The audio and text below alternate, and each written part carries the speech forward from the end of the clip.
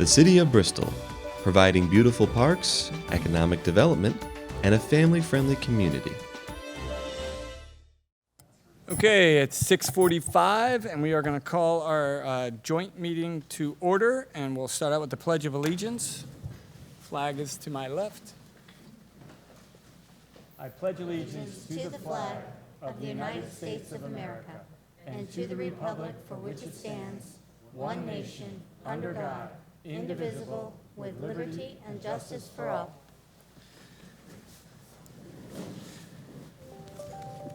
All right, first up on our agenda is the approval of the regular joint meeting from June 14th, 2022, and the special joint meeting on June 28th, 2022.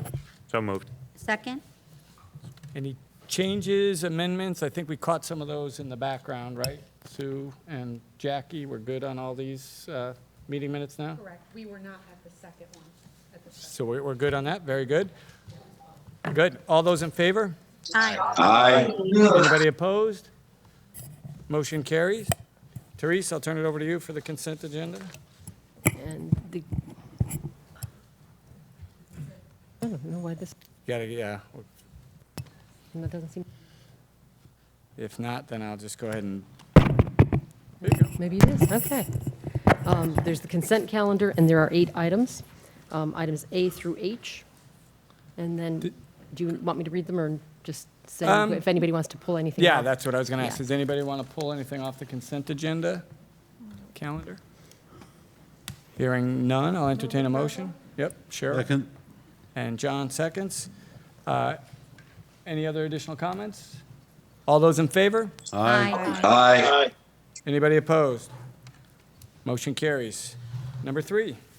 To make an additional appropriation of $225,000 within the Sewer Operating and Assessment Fund, funded by the undesignated fund balance for the tank rehabilitation project. Motion to approve. Second? Any comments from the floor on this one? All those in favor? Aye. Aye. Anybody opposed? Motion carries. Number 5. To transfer $90,000 within the Sewer Operating and Assessment Fund to replace the secondary clarifier drive unit. Move approval? Second.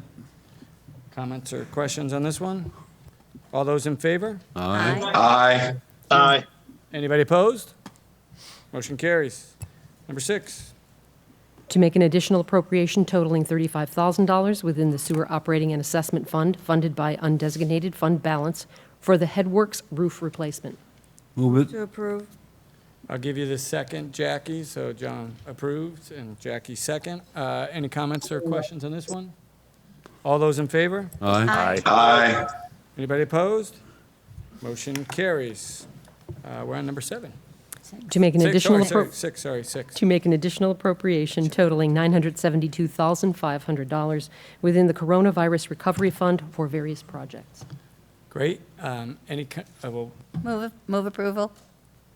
Second. There we go. Andrew gets a second. Any comments or question on this one? Just to call out on this one, this was recent approvals through ARPA. Basically more funding going to our Center Square project, which is very positive news. So we're moving forward on that. Any comments or questions? All those in favor? Aye. Aye. Anybody opposed? Motion carries. All right, number 7 now. Report from the controller. Thanks, Diane. Welcome. There we go. Good evening, everyone.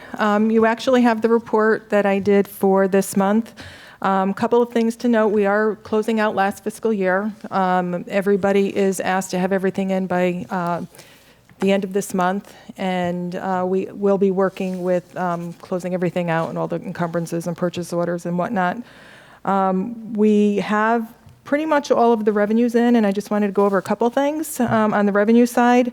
As you see in the report, our tax collections are coming in very well. The tax collector, I won't be surprised if she's well over 99% when she finishes her tax collector's report. We are right now at $2 million over what we had estimated, and a lot of that is in the current levy, prior tax levy, and the majority of that is from the supplemental motor vehicle tax, which I've talked about since those bills went out at in January. So right there, I think that's a really good position to put us in when we close out this fiscal year. In addition, the building permits, we're ending the year at over $600,000 from what we had estimated, as well as the conveyance fees are about $1 million over, and that was another good year for that. And again, that's cyclical. It's not something you can plan for, but we did really well on those revenues. I did throw in here the last couple of months what the police private duty has come in at. We do have a surplus there with regard to what we actually have collected and what the wages were. So there's about a $400,000 difference right now there. What I will say is what we will do when we close out the fiscal year, I know for the new members that are here, we do look at where we'll put some of the surplus money into reserves as we close out the fiscal year, and that will probably happen in probably the August-September meetings. We'll do that. But on the expenditure side, just some areas that we do need to cover some expenses. For the most part, we are doing really well. The only account that it's not unexpected. We did have a lot of retirements this year. Our compensated absence account right now is at about $1.2 million that we will have to cover. So when we close everything out, we'll use those revenues to help offset that, the compensated absences. And as I said, what we will do is with the surplus monies, we will look at setting aside monies in our sinking fund for capital equipment. Our mill rate stabilization fund, which is something that we started a couple of years ago to help offset and keep the tax base level. And one of the other things that we're looking at is also looking at having some sort of a reserve for any fuel adjustments that might be needed next year. So just giving you a heads up of what will be coming probably as we start closing out the fiscal year for June 30th of 2022. And we also are working with the Board of Ed as well. I know they have a number of encumbrances that they have yet to close out for last year. Just to let you know, we did have a meeting with the audit firm. So we did have our preliminary audit meeting. They will be here the week of July 25th to start their work. They will only be here 1 week, and then they'll come back in October, November. We are pushing for a mid-December issue date. So we're doing our best to do that, and they're committed to that as well. So I know last year there were a lot of unanticipated circumstances on their part, but they've committed to get this done in a more timely fashion. Okay. Thank you all very much for your patience, and for those of you might not have seen, obviously a little medical emergency here, but he did walk off and everything looks good, and I'm sure there were some prayers said for him, so that's a good thing, and we're back on track. Diane, I think you were just about done with your report. If not done, we might have a question, so I will ask if there are any questions for Diane. I do have a question. All right. Thank you, Diane. You had mentioned the compensated absences. Is it your practice to accrue fully each year for the compensated absences? No? Yes and no. We do have to report it on the balance sheet. So yes, we do have an estimate for accrued compensated absences on the balance sheet. But as it occurs throughout the year, there's just one account that we do charge it to, and then we true it up at the end of the year between salary accounts and other accounts. So you don't have an expense accrual that you book each year, and that explains, okay. Very good, thank you. Thank you. Any other questions? Hearing none, I will entertain a motion to adjourn the joint board. Move it. Second. All those in favor? Aye. Aye. Good. And just going to ask for 2 more minutes to start the regular city council meeting. We won't be too far behind schedule, just to get up and move and take a deep breath. All right, so 7:09. We are going to call the city council meeting for July 12th to order, and we will start with the Pledge of Allegiance. Flag to my left. I pledge allegiance To the flag of the United States of America and to the republic for which it stands, one nation, under God, indivisible, with liberty and justice for all.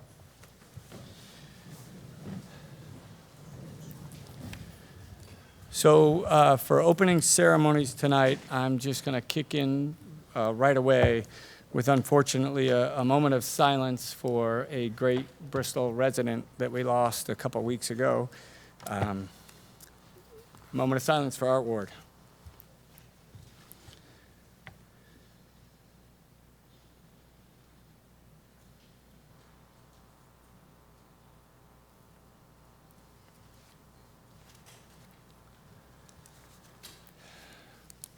Thank you. So to continue opening ceremonies and that moment of reflection, I do have a statement that I'd like to read. It is fitting that I read this statement following the moment of silence we just had for Arthur J. Ward. Artie represented what was the best in this community, and he was truly a public servant. He earned 2 Purple Hearts fighting for our freedoms. He was a longtime servant of this city, both on city council and as mayor, and he was a legend that transcended politics. I personally miss Artie deeply. He was a friend and a mentor. Anyway, in that vein, I have another statement to read. I was reminded last week in church, my church, where we all mourned the death of Artie, and where I listened this past weekend to the parable of the Good Samaritan at a service. Divisiveness has been present in every society. All religious teachings have a basic tenet that I know we can all agree upon. Love thy neighbor. At my inauguration, I quoted a Zac Brown song called Homegrown that referenced good neighbors and linked Bristol to being a big, small town. It is a big, small town. We know our neighbors down the street. We welcome new neighbors like we have for generations. And I've lived in this town all my life and believe and know that diversity makes us stronger as a city and a nation. Our Declaration of Independence was just recently celebrated for the 246th time on July 4th. It was penned in America to form a society where all people are created and treated as equals. Government can't eliminate division by itself, but this guiding principle allows us to express ourselves and gives us freedom of speech. The Bristol that I'm proud to lead is a strong and diverse community in which racism, hatred, and bigotry have no place.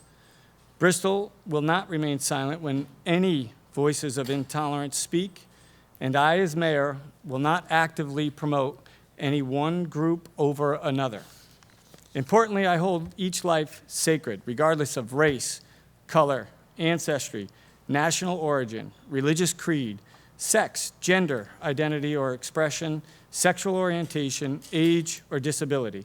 And I understand the important role that local governments and agencies have in defeating hatred and insecurity by denouncing all fringe groups.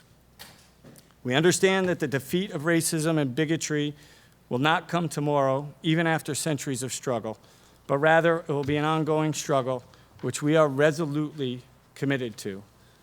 I really ask at this point and at this moment by a show of hands on our city council if anybody disagrees with me or those statements.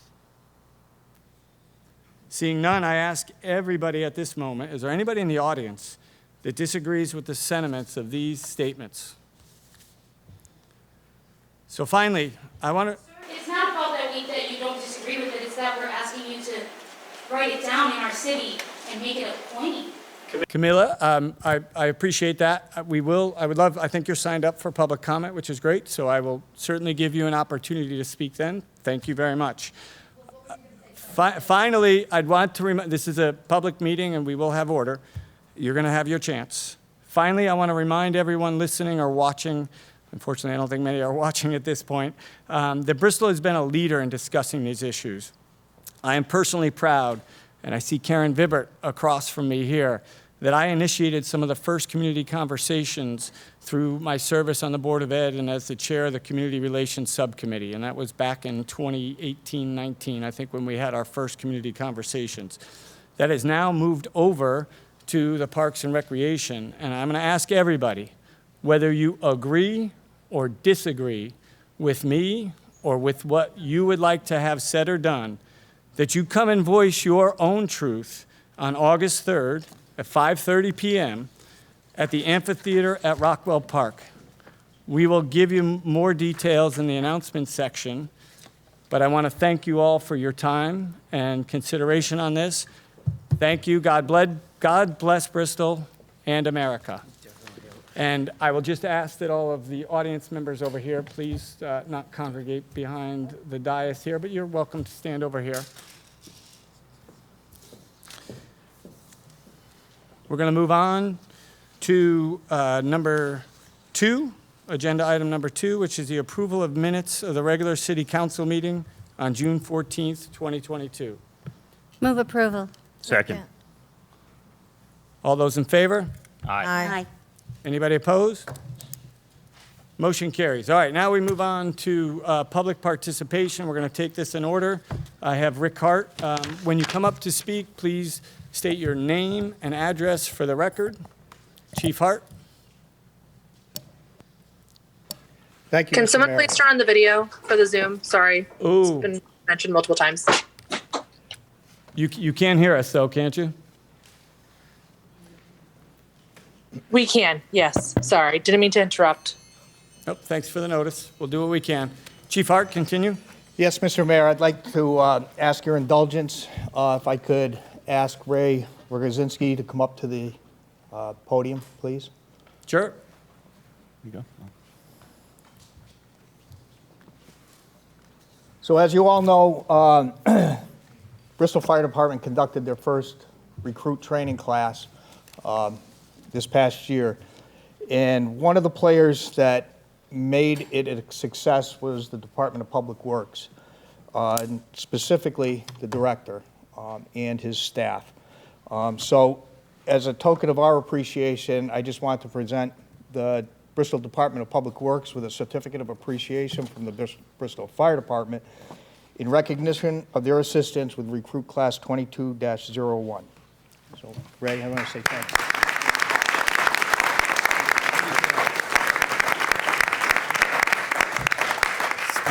It's always a pleasure helping the fire department, and certainly a lot of credit goes to public works staff who on every day help each the departments. Thank you.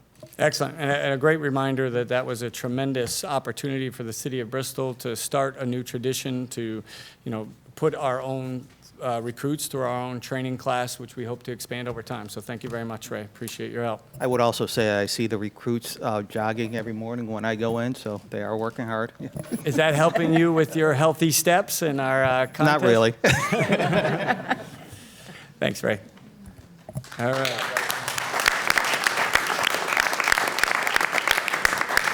Here's my list. I believe that Camilla Lopez, you're up next.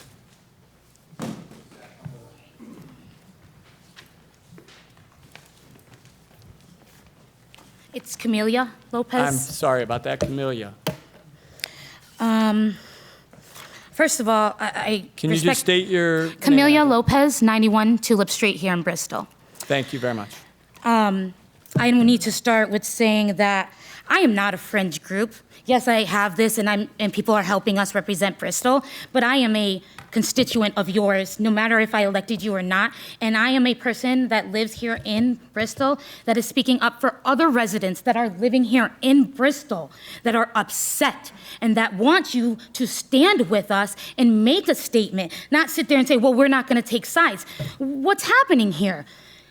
In a place that we have a whole boulevard contributing to history, are we going to really look at this and not look at history and not look at the historical context of the fact that we are having hate groups spread hate and try to recruit in our own town? And not only in our own town, there have been 19 Connecticut towns hit since February. 10 of which have been since June, which is one of ours, when we first brought it to your attention in June. And then we were told that we had to wait for a meeting. And then we waited for a meeting that did not have anything that we needed you to do. We gave you solutions, we gave you ideas, but it wasn't about that. It was about negating the fact that we have a voice and we are sitting here and saying that this is not okay. It's not okay. We had this resolution and we really wanted you guys to stand with us and that maybe we can unite a lot of the communities. But it doesn't seem that you guys want to do anything more than have festivals and have little art shows. And that's great. It's great for morale and it's great for the community. It really is. But fighting racism is more than that. We have to take a proactive stance against hate. We have to show that we're united as a community before this spreads even further. This is summer. These children are on the streets right now. These teenagers, these young adults, they're impressionable and they have all this hate inside of them because so much horrible things are happening in the world. And where are they going to direct that hate? To the place that tells them that this is okay to direct it to. And if the people that are leading our city can't stand and say that this is not appropriate, then what are we saying to them? This is not okay. It's dangerous.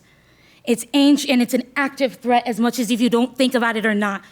If anyone has to fear that because they are different, that they are going to be targeted, or that they're not worth protecting, or that their neighbors are going to come at them, that is a problem. And I understand, politics aside, I don't care about politics. I don't care about anything but this community. I am 33 years old, going on 34, and the majority of my life I have spent in Bristol. I came here in 4th grade for a better life from Waterbury, and I got it. And now all of a sudden, the same scary things that come from places that I came from Waterbury, and are happening there too, are happening here. And if we don't stand now, and we don't say, hey, we're together on this, and we're gonna say this is wrong, we are not condoning white supremacy, we are standing as a community and being actually Bristol all heart, because that's what we're supposed to be, is we're Bristol all heart, which means everyone regardless.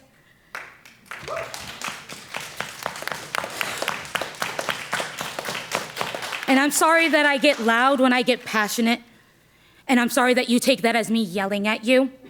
But what I want to tell you right now is that if you do not make active choices and have active participation in meetings weekly, right now, that I will keep yelling and I will keep making a stink and getting the publicity that you don't want. You could have had amazing, great, happy publicity saying, look at this, we're with our community. But instead, you want to act like we're the bad guys. Why? Because we're younger? Why? Because people are mad at the police and people are mad at the government? They have a right to be. And I have always been an advocate for government, and I've always been an advocate for the community. Don't make me a hypocrite of myself. Thank you, Camila. Camelia, if I can just have your attention for 1 second. I do believe that many of you were coming in when I started my statement. Which was a mistake on your part. You should have waited knowing that we were coming. The meeting started. But thank you for your PR. We have more speakers. You can speak at the end. I would like to just at least offer my written statements that I read to Camelia. And these are my statements. And so I just wanted to offer that. I also want to remind you, and I love that this group is here. I hope that we see Bristol residents come to the community conversations every month. that we're having. I'm talking about our August 3rd community conversation. That's August. And this is well, it's just a couple weeks away. That's August. And yeah, Camelia, just like June was I believe I have an appointment with Adam coming up, and we will conduct this meeting the way meetings are conducted, which is where you through, can tell me that I'm yelling at you where no one can see the proof, right? I Because haven't I'm said the anything. only Hispanic woman in the room, and you have been condescending and disrespectful to me for weeks now. And I'm tired of it. I will not have you do it to me. I will not do it anymore. You have to stop deflecting. You have to stop covering your ass. All we asked is that you look at this. You said, okay, we'll bring it to the city council for a vote. You can't even do that. You can't even stand by your residents. Every resident I've shown it to has agreed with everything, including people that you called out today. I don't believe I called anybody out today. I read a statement. Thank you very much, Camelia. Jane Murdoch, you're up No, next. we're not finished. Well, we have. We're not finished. I would ask you to suspend the rules. Sir, point of order. You will have a chance. There are Nazis. There are Nazis recruiting in our streets behind our homes, and you're failing to act. And if you fail to act, I demand a resignation letter from every single one of you, including you. If you won't keep us safe, what's your word? Resign! Adam, I'm just going in order here. If you would like to have your 3 minutes, you're welcome to after Ms. Murdoch. I read my statement. Ms. Murdoch, we will suspend this meeting and we will get order. Jane, can you please speak? You have a right. Hi, Jane Murdoch, Order. 400 Shrub Road. I just came back to, No, she's actually with us. Let's hear her. to thank you for your help and your support on the Shrub Road work that we're doing.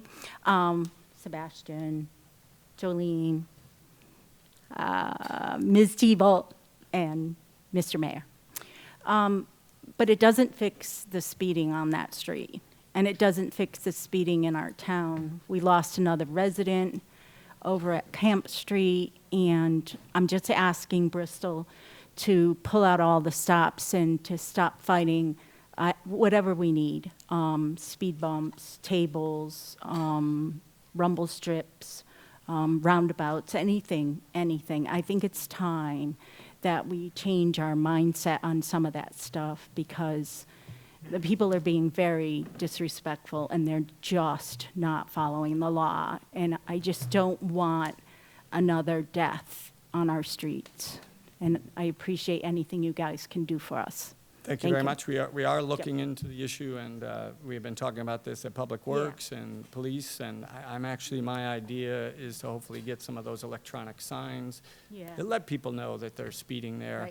Right. We have looked at the sidewalk situation as well, which we're trying to accelerate, but that is Right. coming, so maybe Right. helpful. Yeah, and hope to see some of you guys on Thursday night at the sidewalk meeting. Yes, it will be, we'll use that in our announcements as well to Okay. remind people. Thank All you right, very much. thank you. Have a good night. Yep. All right, are there any others that would like to speak that did not sign up? I will start with Zoom first, since they did not have a chance to sign up. Anybody on Zoom wish to speak?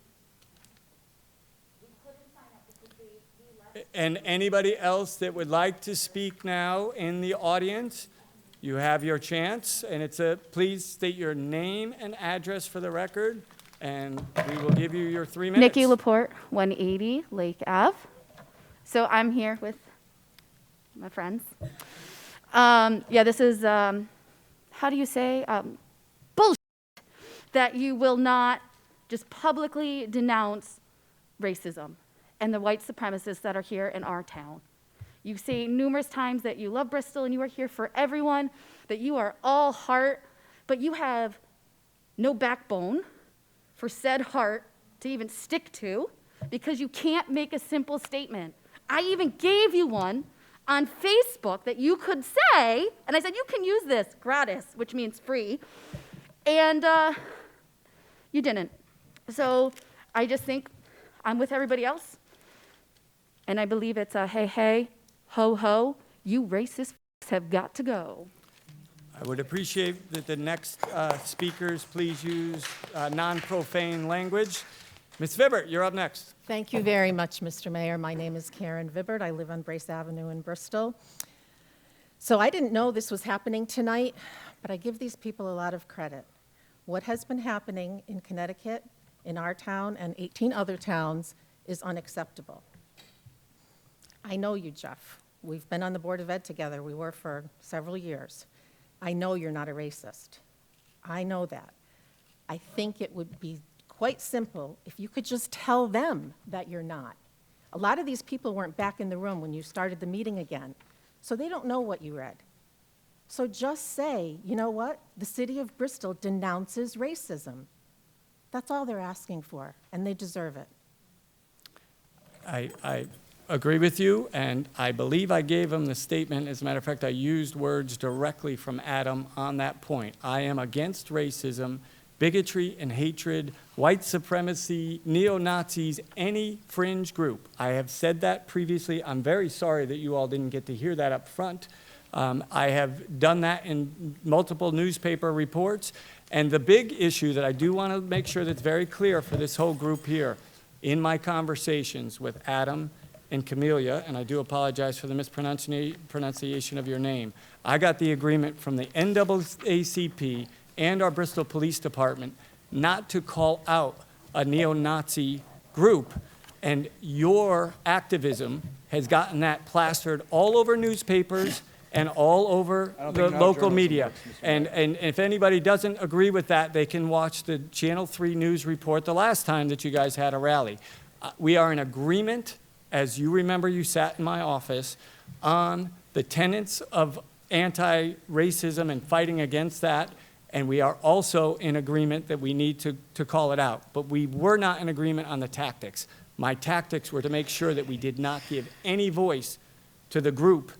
I didn't even know their name before this happened, and now, thanks to all of you, many people do know their name. We have a meeting, Adam, you and I, coming up. We've been in conversation. Sir, can I finish? No. I want to. Adam, we have a meeting. I really have something that needs to be said. Because it's not being said. Because you took words from the resolution, yes, but you left out some key points. And let's put this here. Because it wasn't just about denouncing this. It's about moving forward as a city. So let me just finish this rest of the denunciation. Therefore, it be resolved, we denounce white supremacy, racism, hatred, and bigotry in all of its forms. We renounce to act in our personal and official capacities to ensure the safety and prosperity of all of our neighbors, regardless of superficial divisions. We resolve to support diversity programs in the city of Bristol, which celebrate the lives of people of color and their accomplishments in the city of Bristol and around the world. We resolve to ensure that there are programs in the city of Bristol which inform residents of their rights and available services. We resolve to ensure children are free from racism and bigotry in their education and are taught to love without fear.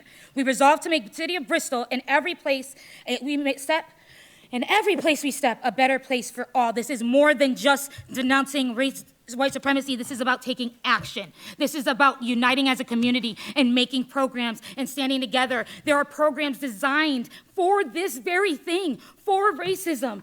They are designed for this. There's plenty of programs. The ADL has it. So many things that we can be utilizing right now. And I have been asking for weeks to meet with somebody and let's get this on the roll. And then we ask you to sign this so that we can say, hey, you're gonna promise us that you're gonna help us, right? But instead you wanna just say it as a statement.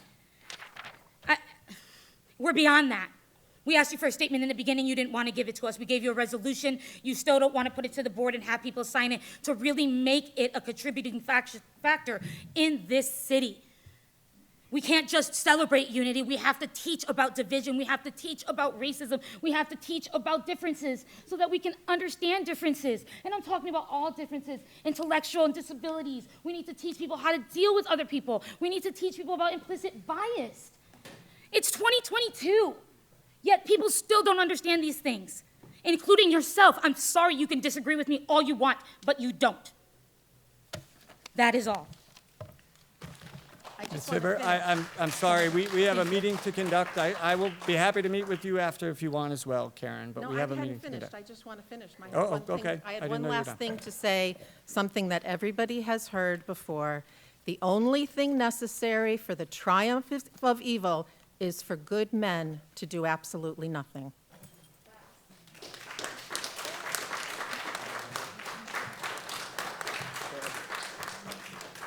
Thank you. We have one more. Hello. My name is Zachary Chamberlain. I live in Tulip Street of Bristol. In early June, a group called NSC 131 littered Bristol with recruitment flyers. They are a neo-Nazi organization based in New England whose members had or still have ties to other extremist groups such as Patriot Front, the Base, and the Aryan Strike Force. Today, you were supposed to vote on a resolution that was not just about the condemnation of these groups, but a commitment to take action to counter theirs. They were very explicit in their text, which, judging by the comment that you made that you didn't even know their name, I'm guessing you didn't read. I will read it for you. We are a social club of nationalists from New England focused on building a network of like-minded men and women dedicated to defending their lands and their people. We oppose the criminal, anti-American, and anti-white street gangs such as MS-13, Black Lives Matter, and anti-fascists. We are for us, by us, and against those against us. Above all, we stand for the security and prosperity of white New Englanders. Our motivation to carry out this mission do not come from a place of hatred, but a love for our own people. No one else will protect us. The Nationalist Social Club is a pro-white, street-oriented fraternity dedicated to raising authentic resistance to the enemies of our people in the New England area.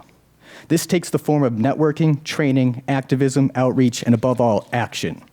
No matter how you got here, if you are a man of European descent in the New England area that wishes to see a better future for your people, contact us to get to work.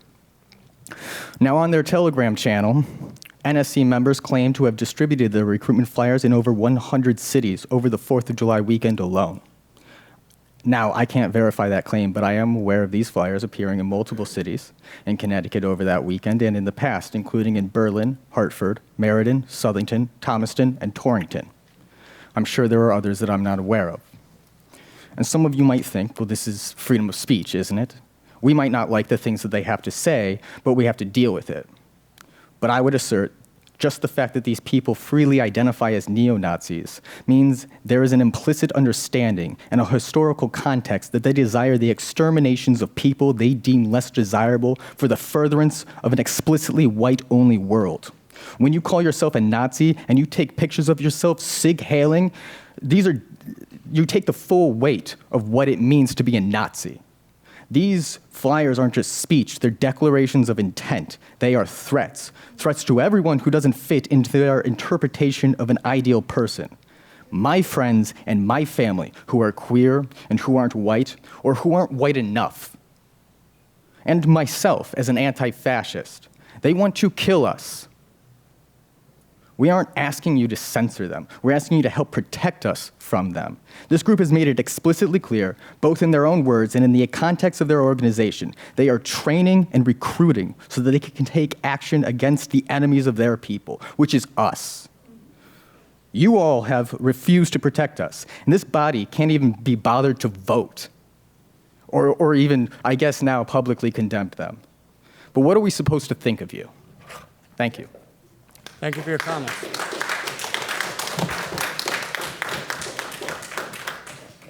Pretty much everything that I'm going to say has already been said, but I'm happy to waste more of your time.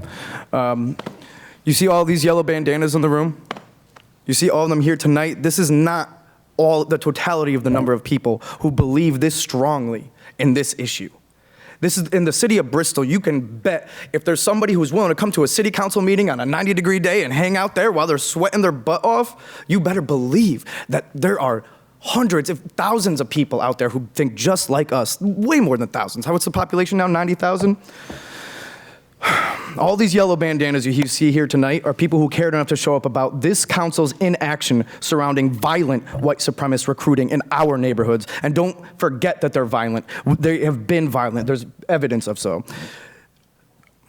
This is just a sample of the people willing to take the time out on a day like today and after getting out of a long day's work to make sure that they make their voices heard. We've spent over a month trying to work with you guys to substantively address our issues, and a comment during a city council meeting doesn't cut it. This has led us nowhere. You gave us hollow words. Words without an action are just simply the ramblings of an impotent mind. What is so difficult in condemning white supremacy? What is so difficult in denouncing Nazis, a grotesque ideology this country fought a world war against? What is it that makes this entirely white council so hesitant to listen to the concerns of black and brown residents? I ask you, what is it? What are we dealing with? What we are dealing with is a lack of political will. Because of you, the machinations of local government are embedded with the notions of upholding the status quo, while we are demanding equity and equality. When we attempted to speak with our elected officials, we were brushed off, so we acted. When we were finally able to speak with our elected officials, they shrugged it off as though the full force of the local government was too feeble to act, so we acted. And today, when the council has failed to act in the most menial of gestures by voting on and passing our unamended resolution, we will act. Mr. Mayor and council members, we came to you as our elected representatives with legitimate concerns around the rising tide of violence and hate. Our demands were simple and piecemeal, yet you chose to treat us as political opponents rather than as concerned residents seeking dignity and security. It's very telling. To treat human rights as some political game rather than an undeniable fact of this world is very telling. We will not be debating human rights. We will not be debating our right to exist, our right to live, but we will be taking them. You chose this path, the path of inaction, the path of greatest resistance. However, you have made a grave mistake in your calculus. We have been resisting racism, indignity, and oppression our whole lives. We were born into it. We were molded into it. You merely adopted it because you saw political power.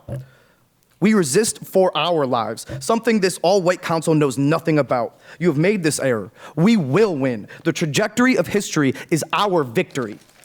And if you won't do anything about it, we are demanding that you resign. If you're unwilling to condemn white supremacy and neo-Nazis, you are a defunct local government, and you should all resign. Black lives matter! Black lives matter! Black lives matter! Black lives matter! Trans lives matter! Trans lives matter! Trans lives matter! Thank you. You can continue your demonstration outside if you'd like, but we do have a meeting to conduct. Thank you all very much. I hope to see you on August 3rd. August 3rd is not enough. Shame!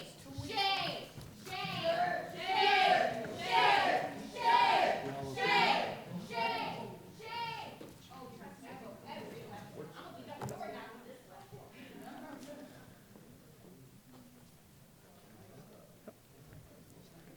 Mr. Cameron, I see that you would like to make a statement. Yes, I will. All right. Just state your address for the record, please. I live at 1565 Stafford Avenue, Bristol, Connecticut. And I moved into Bristol in 1961.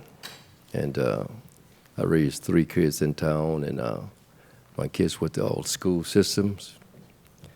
And my experience in Bristol has been good. I thought my kids got a fairly good education in the school system. I felt that it was treated fair.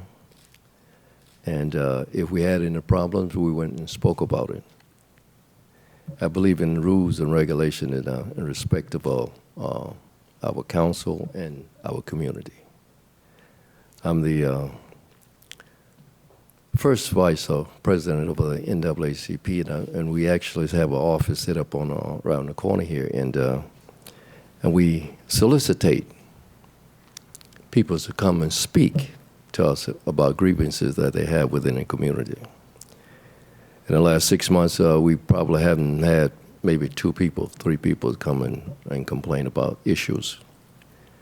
And sometimes the issues not, really founded that well for a complaint. And I personally believe in, Mayor, that your statement. I believe also that if you take a show of hands in here, everybody pretty much believe the same you believe. And I personally believe, And sometimes I think when we get into that kind of a rhetoric, trying to push and govern from the street, it's a bad concept, and it don't really lead us into good constructive talks. NAACP has formed a good relationship with the mayor's office, with the police department, also with the school board. And I think that when you start to getting radical ideas and pushing radical concepts, what we're actually doing right now is supporting the group that we complaining about. So I just want to say on behalf of the NAACP that we support good government, law-abiding citizen, and we want to be part of that system. Thank you. Thank you very much. Thank you. Eric Clemens, state your address. Eric Clemens, Okay. 38 Belmont Street, Bristol, Connecticut. Thank you. I thought we'd have everybody stay at least till the end. There's nobody in this room, I'm sure, that disagrees with the statement you read earlier. I would like to believe that it's not a you're either with us or against us absolute type of situation. We are ready at the NAACP, as Mr. Cameron said, to stand with our entire community, this governmental body included, everybody in this room, police, fire, against anybody who moves to divide our community with racist, white supremacist, or any other supremacist kind of rhetoric. Nobody would argue that fact. But I just want to say a few things from a personal perspective. Growing up as an African-American man in Chicago and in the United States of America, it's crazy out here today. So when you go to a store, when you go to a park, when you go to a protest, you better have your head on a swivel, because there are people out here, no matter what decree has been made, who are going to try to take some action to defend some warped sense of their own survival. And there's no way to legislate that, in my humble opinion. That's just me speaking. I can't legislate hatred, but we can be prepared, we can be vigilant, and we can be ready to stand with this community, even those of us who may be a little more emotional and radical than others, and fight against this kind of thing should we have to. And I just wanted to double down on that we are an organization that ensures the rights and the ability for everybody to feel safe and welcome in their own community, and we stand with everybody who agrees with it. Was there anybody in this room that disagreed with that? Disagreed with what? The statement he made earlier? Yes, you did. Not strong enough. Not decisive enough. Okay. I thought it was pretty strong myself. That's my personal opinion. Thank you. But I think we can further have discussions and come to agreements with all the groups that represent us, because obviously people are very concerned. And I'm just here to say that the NAACP is here and ready to stand with this community and push back this kind of hateful rhetoric and speech and teaching with some positivity as well. And we're willing to work with anybody who expresses that. Thank you. Thank you very much, Eric.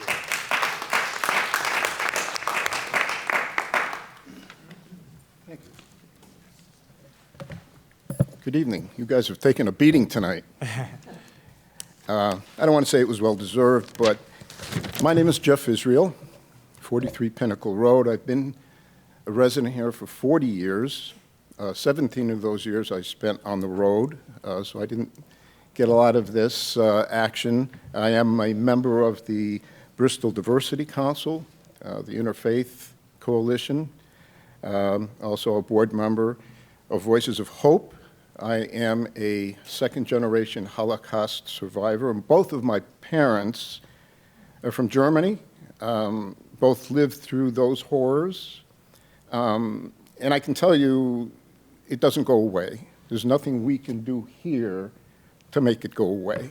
What we can do is voice our opinions on it and keep people out of our city.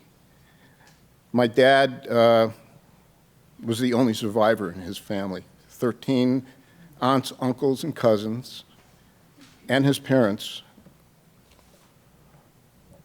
were in Auschwitz. And they were all murdered. Why? Because they were Jews, because they were different. So if you look around the room, there are people that are different here. I can tell you from experience that I have never been pulled over because I'm white. So there's a lot of things we really have to look at and be serious about. The Diversity Council has taken up a number of different groups. We want to bring people together. You need to love your neighbor. I know some people think that's hokey, but it's worked for 1,000 years for the Jews, and we're still here. So I just ask all of you to think about what you heard here tonight, whether you agreed or not agreed, and understand that people are hurting. They really are. And unless you've lived through it, just one more thing. What got me really interested in getting into the City Council and the Diversity Council is that almost 5 years ago, there was a Muslim speaker that was supposed to come to Northeast School, and there were a group of parents that stood up and said, absolutely not. That bothered me a great deal. And what happened next was even worse. Those parents called teachers, they called the Board of Education, and made threats. And we all know what happened is they canceled that speaker. To be followed by, I think a month later, by a Jew just to explain who they are, what we are. And myself and a couple of other folks came to this building, and we talked to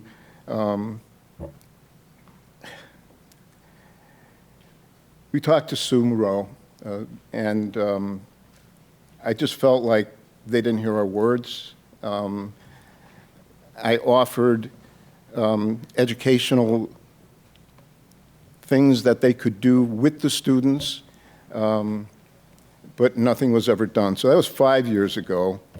And just recently, I was asked to speak at Green Hill School, the 6th grade there, 4 classes, 100 students. They get it. They understand it. They understand compassion. And you can't look at a group that was in here earlier and not have compassion for what they stand for. So I could go on for a long time, but I just want you to know that I'm a very concerned citizen, and I will help whatever group needs me. And I thank you for listening. Thank you very much, Mr. Israel. Read the statement.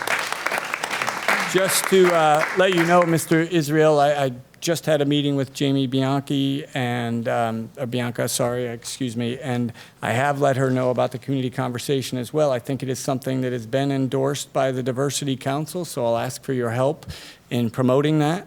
And if there are no other public comments, I'm going to move on to my announcement to make sure that Jeff. I'm so sorry. I know you called for Zoom speakers earlier, but am I able to say something super quickly? Yes, you are. I just called you out, so you certainly. Oh, it's okay. Thank you. I know I apologize. I just wanted to listen to members of my community before speaking up. But hello, everyone. My name is Jamie Bianca, and my address is 197 Glendale Drive, and I am as of May, the new chair of the Diversity Council, and I apologize for not being in person tonight. I wasn't feeling too well, so I thought I should stay home just for safety reasons. But I want to say that, as the new chair of the Diversity Council, being only 23, I know that there is still a lot that I need to learn, but it's not a responsibility that I take lightly. And I just want to thank everyone who came up to the mic and who spoke their truths. And as I said in the meeting with you as well, Mayor Caggiano, to me, majoring in human rights in college, there is a difference between where to put a stoplight and where to fix a pothole, and who has the right to feel safe and respected and valued in the city. And all too often we politicize, just as human beings, we politicize human rights, and we forget that everyone has the right to feel safe, respected, and valued in the city. And that's just something that I really wanted to convey. It's something that I truly believe, and I believe in our members of the Diversity Council and our incredible community members to stand up for what's right, and to recognize that, even as a white woman, I don't understand a lot of the pain that a lot of people have been through. And as someone who works in a high school and hearing a couple students of color talk about how their racist experiences in schools and how, they're just used to it. I don't want them to be used to it. I don't want anyone to be used to that. And it's something that we need to continue working towards. And we may not have all the answers tonight, but we need to actively have meetings. We need to actively, have events like community conversations, and the Diversity Council is putting together a comprehensive list of resources for people. Safe organizations that they can go to where they're respected and valued and that are inclusive. And I just wanted to, again, thank everyone who came up to the mic, and just know that, I am someone who respects and values all of you and human rights, and we will not stop until we have human rights in Bristol. So thank you all. Thank you, Jamie, and we will continue our meetings as well. I think we have one other request on Zoom, and we'll get to you, but we have somebody here live that would like to speak too, so hang on one second, Brittany. Hi, my name is, I don't like speaking in front of a bunch of people, so my voice is gonna crack and all that good stuff, but my name is Deborah Dorsey.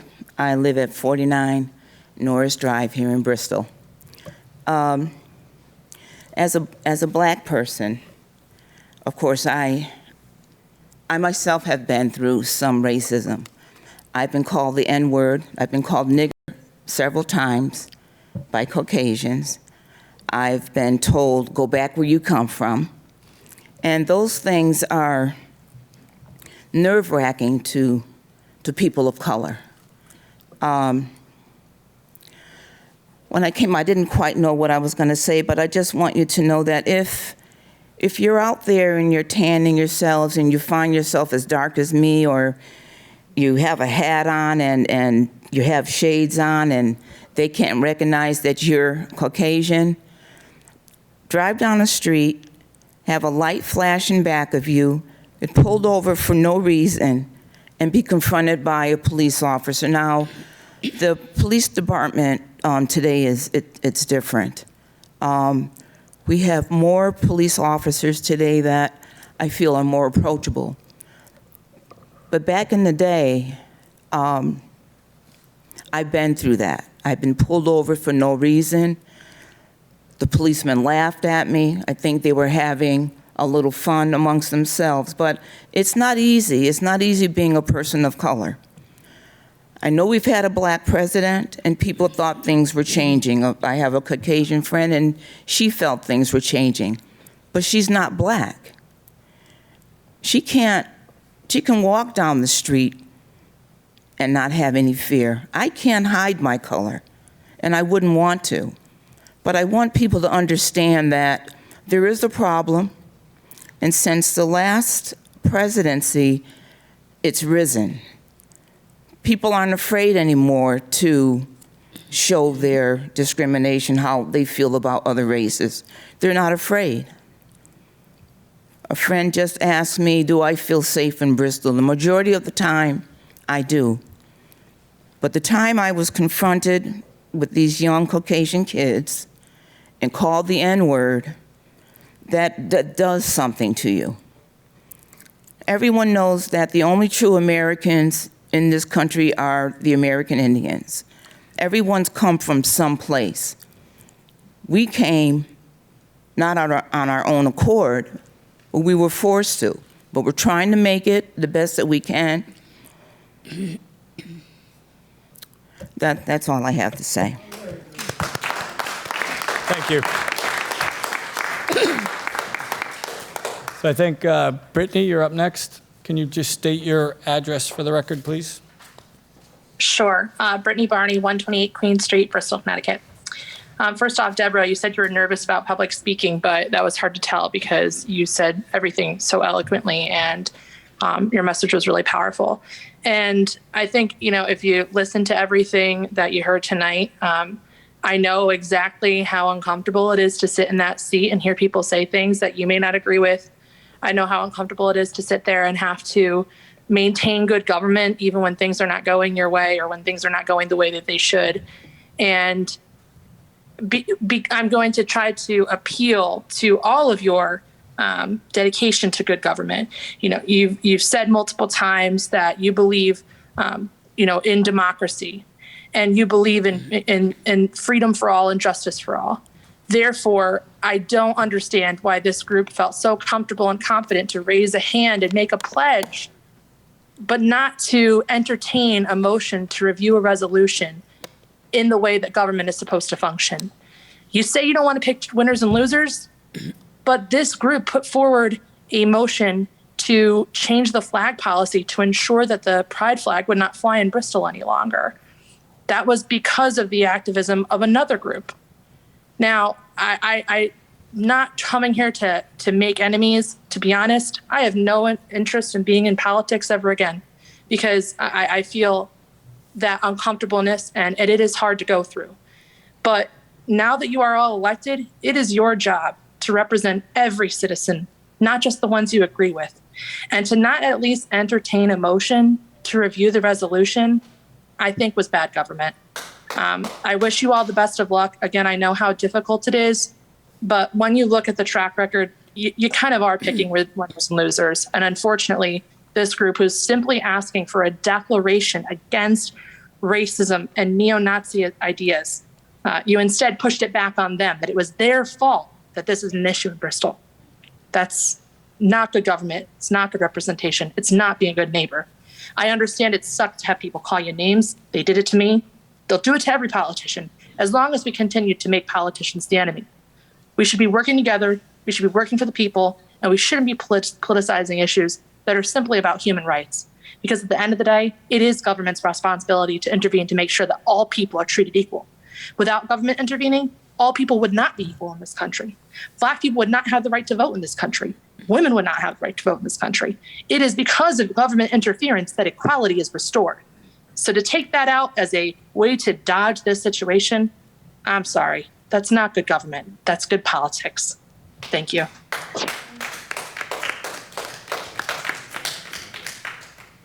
I think, would you like to speak, Whit? Might as well hear from everybody. We're having our community conversation a little bit early, but that's a good thing. We'll continue. My name is Whit Betts, and I live at 1924 Perkins Street. And I'm speaking tonight not as a state representative, but as a homeowner and somebody who's been part of this community for a good 40 to 50 years. And anybody who knows me knows that the most important thing to do to solve a problem is based on relationship.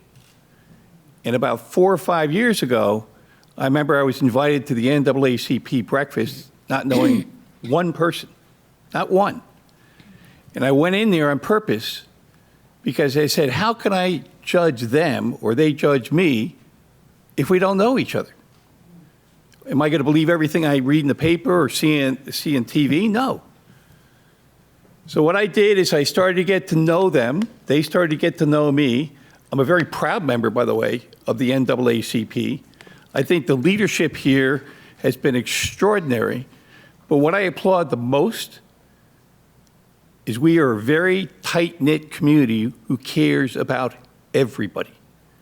And if you take a look at some of the things that have happened in the last couple of years, that's been verified at some of the events that the NAACP has done.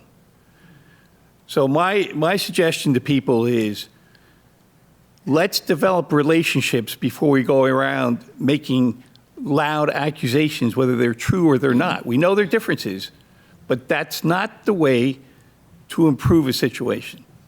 I know everybody here in the council, and I know on the previous council.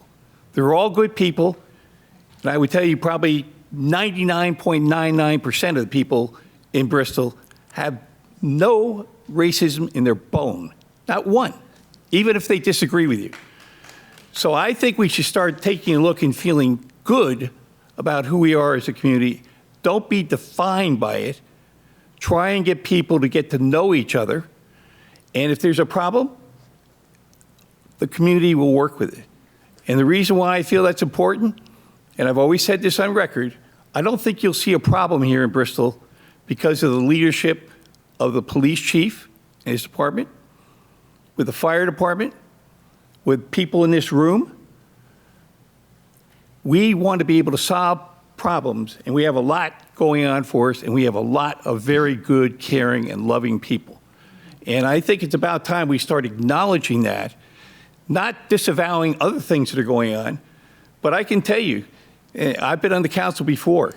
You can speak to me, we can have 1,000 disagreements. But if one person goes up there and starts screaming in my ear and yells profanity at me, I'll never hear another word. I do not subscribe to that. I don't have my kids do that. We all deserve respect to each other, even when we disagree. So please, have some respect for the process. I know it can be very frustrating. I've been on the frustrating end of it as well. But remember, we're neighbors. It's not we against they. We will, if we believe in each other and we have good communication and good relationships, we will persevere. My last comment is this. I was a kid and I was down in New York City and I was bullied mercilessly down in the city. And I wanted people to take action. I was helpless. But you know what happened? Instead of getting all the attention that they were looking at and saying what a big guy they were and look what I did to Betts, people sat there and said, we're better than that. You go off, do whatever the hell you want, but the rest of us are going to learn at school, we're going to learn values, and we are not going to be like you. Bristol will not be defined by this because the people won't allow that. And let me assure you, I invite other people to join NAACP because you know what? They're good people. They even laugh at my jokes. And so in all seriousness, please, can we just lower the rhetoric, let the process work through, but this is a very tight community which I've lived here for over 40 years. And believe me, I know what I'm talking about when I said this is a caring community and people are willing to help out each other in tough times. So thank you very much. Thank you. All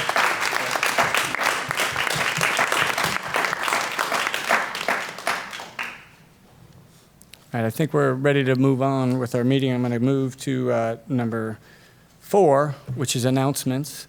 My mother was a teacher in this school system for 30 years, and she taught me one thing. If you keep repeating it, people will remember it.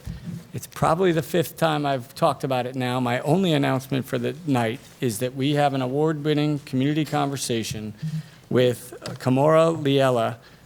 It is all about diversity, equity, inclusion.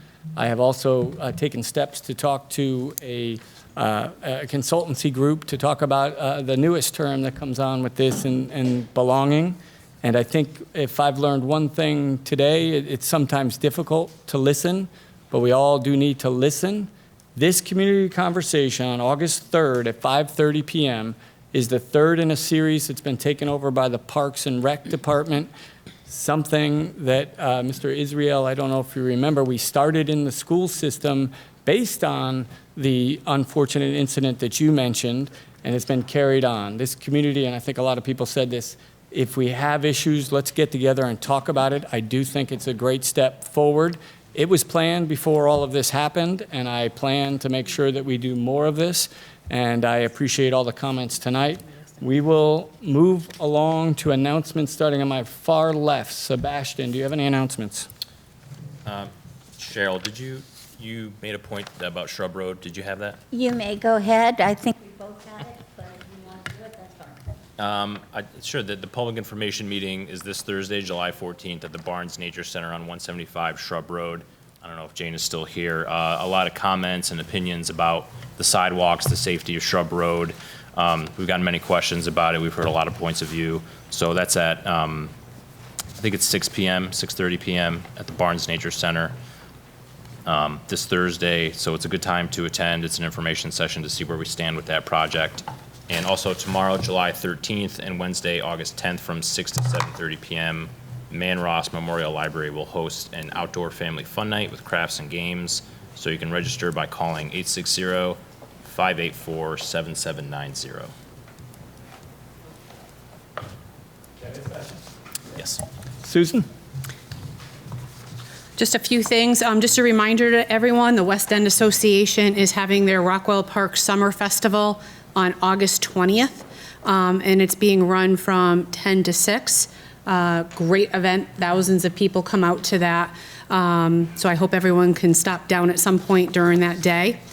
Also, our Rocking Out in the Rockwell Park concert that was supposed to be tonight was Mark Bergen, nationally touring country folk rock. Opening act was G. Rockwell, and the West End Association was bringing in 2 food trucks, which is Lobster Tails and Dumboy's Grill. Because of the pending weather that they were expecting for tonight, this has gotten moved to this Friday. So July 15th, everybody go out and enjoy some great music and some great food trucks. And then one other thing, I don't have a ton of information on this, but I just wanted to mention our friends Derek Jones and Kelly Houston, who run DK Movement, they are actually having a relaunch event. They are pairing up with Averil's, which is a small clothing boutique that opened up in District 2 a few months back, and it's they've paired up. So DK Movement is bringing in a lot of their clothes, and they're working with Averil Boutique, and they will be pairing up. That's located at 912 Terryville Avenue. Their ribbon cutting and relaunching event is on August 5th. I don't have the exact times, but I think you can find it on Facebook. And it's kind of really exciting because both Derek and Kelly, I believe, are our first entrepreneurs from Bristol who have started their very own clothing line. So hopefully, they'll put their Bristol's name on the map. That's it for me. Thank you. Jackie? I do not have any announcement this month, Mayor. Thank you. Andrew? I just want to take 1 second to say, with everything going on tonight, in the beginning of this meeting, we had a gentleman have a medical emergency right in this facility, and I saw a crowd of people. They were black, they were white, they were everything, but they ran to the man to make sure that he was okay. So that, I wanted to make sure I reiterated what I saw a little while ago. So.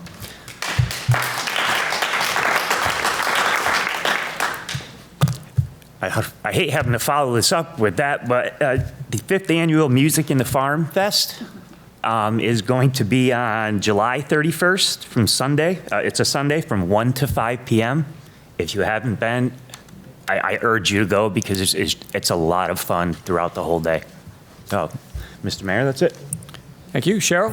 Yes, hi, I have one announcement. And on this Thursday, which is the 14th, from 6 to 7:30, will be the MLK Mural Reveal.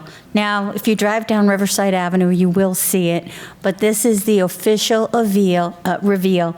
Now, this project was raised by funds from this community. Everybody contributed to $15,000 to have this mural put up, showing again how we can come together. So this event will be at 95 Riverside Avenue. You're encouraged to park in the Carousel Museum parking lot. There will be light refreshments. There will be some readings. There'll be some announcements. And there will be the reveal. So we hope you can all come down and join. If the weather's inclement, we will move into the museum and observe the mural from a slight distance, but we hope to see you all there Thursday. And that project has been brought to you by the City Bristol Arts and Culture Commission. So thank you. Thank you, Cheryl. Any others that we've missed? No? We'll move on to number 5. Therese? It's the consent calendar, Your Honor, and there are 4 items. And does anyone have anything that they'd like to remove? I think perhaps item B. Motion to pull item B from the consent calendar. Great. Very good. And Sue seconded. Did you get that? All in favor? Aye. Aye. Good. And now I'll entertain a motion to approve items A, C, D. Move approval. Second.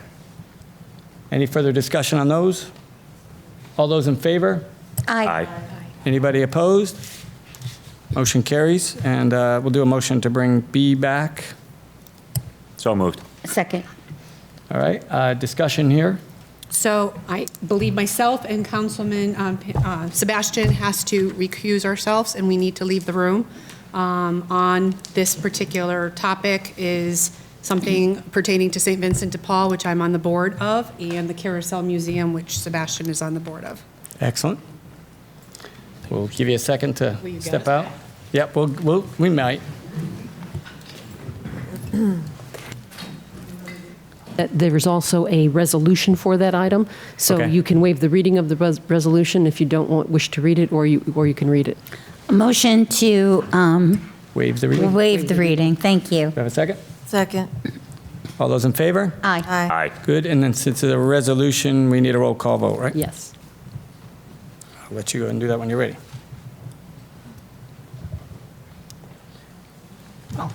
Ready? Tebow? Yes. Howe? Yes. Olson? Yes. And Mayor? Yes. Okay, we should be nice and get them back.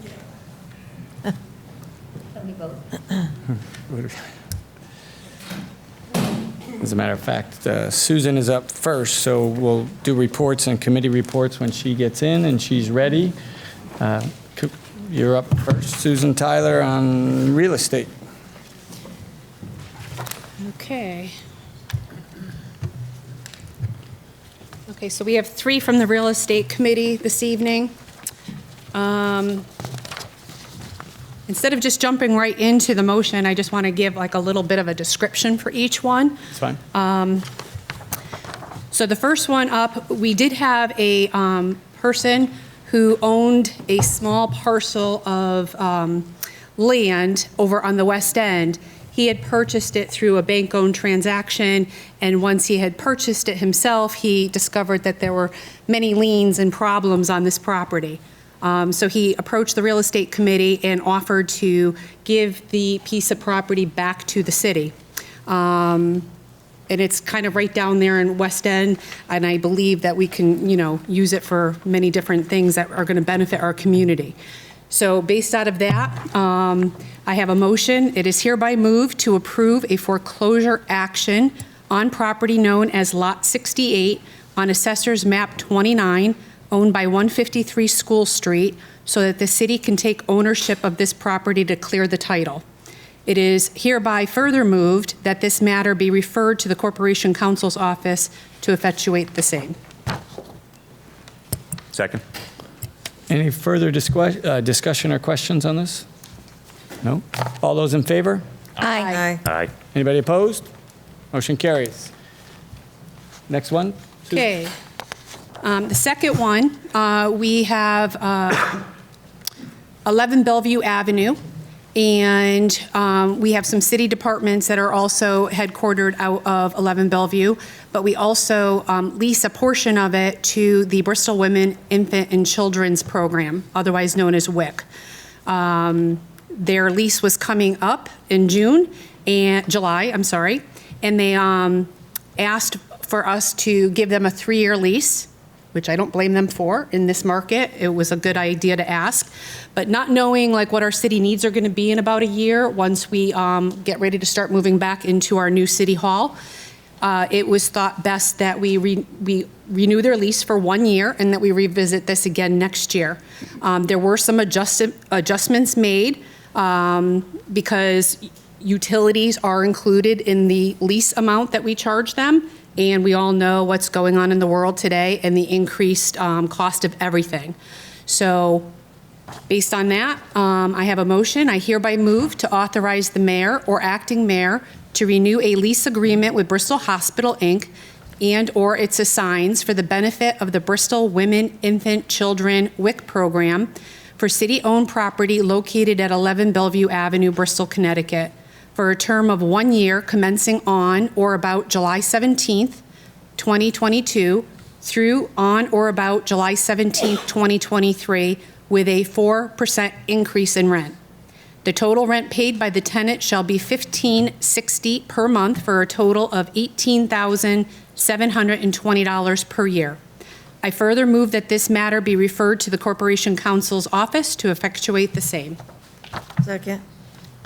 Any other discussion on this or questions? Go ahead, Sue. Yeah, I just wanted to clarify it because it may have sounded like we negotiated, she said 1 year, and we signed a 3-year lease, but each year is an option to renew so that we can make that decision. So that's why the dates were 22 through and on. Okay. Makes sense, thanks. Yep. Okay. Any other comments or questions? All those in favor? Aye. Aye. Anybody opposed? Motion carries.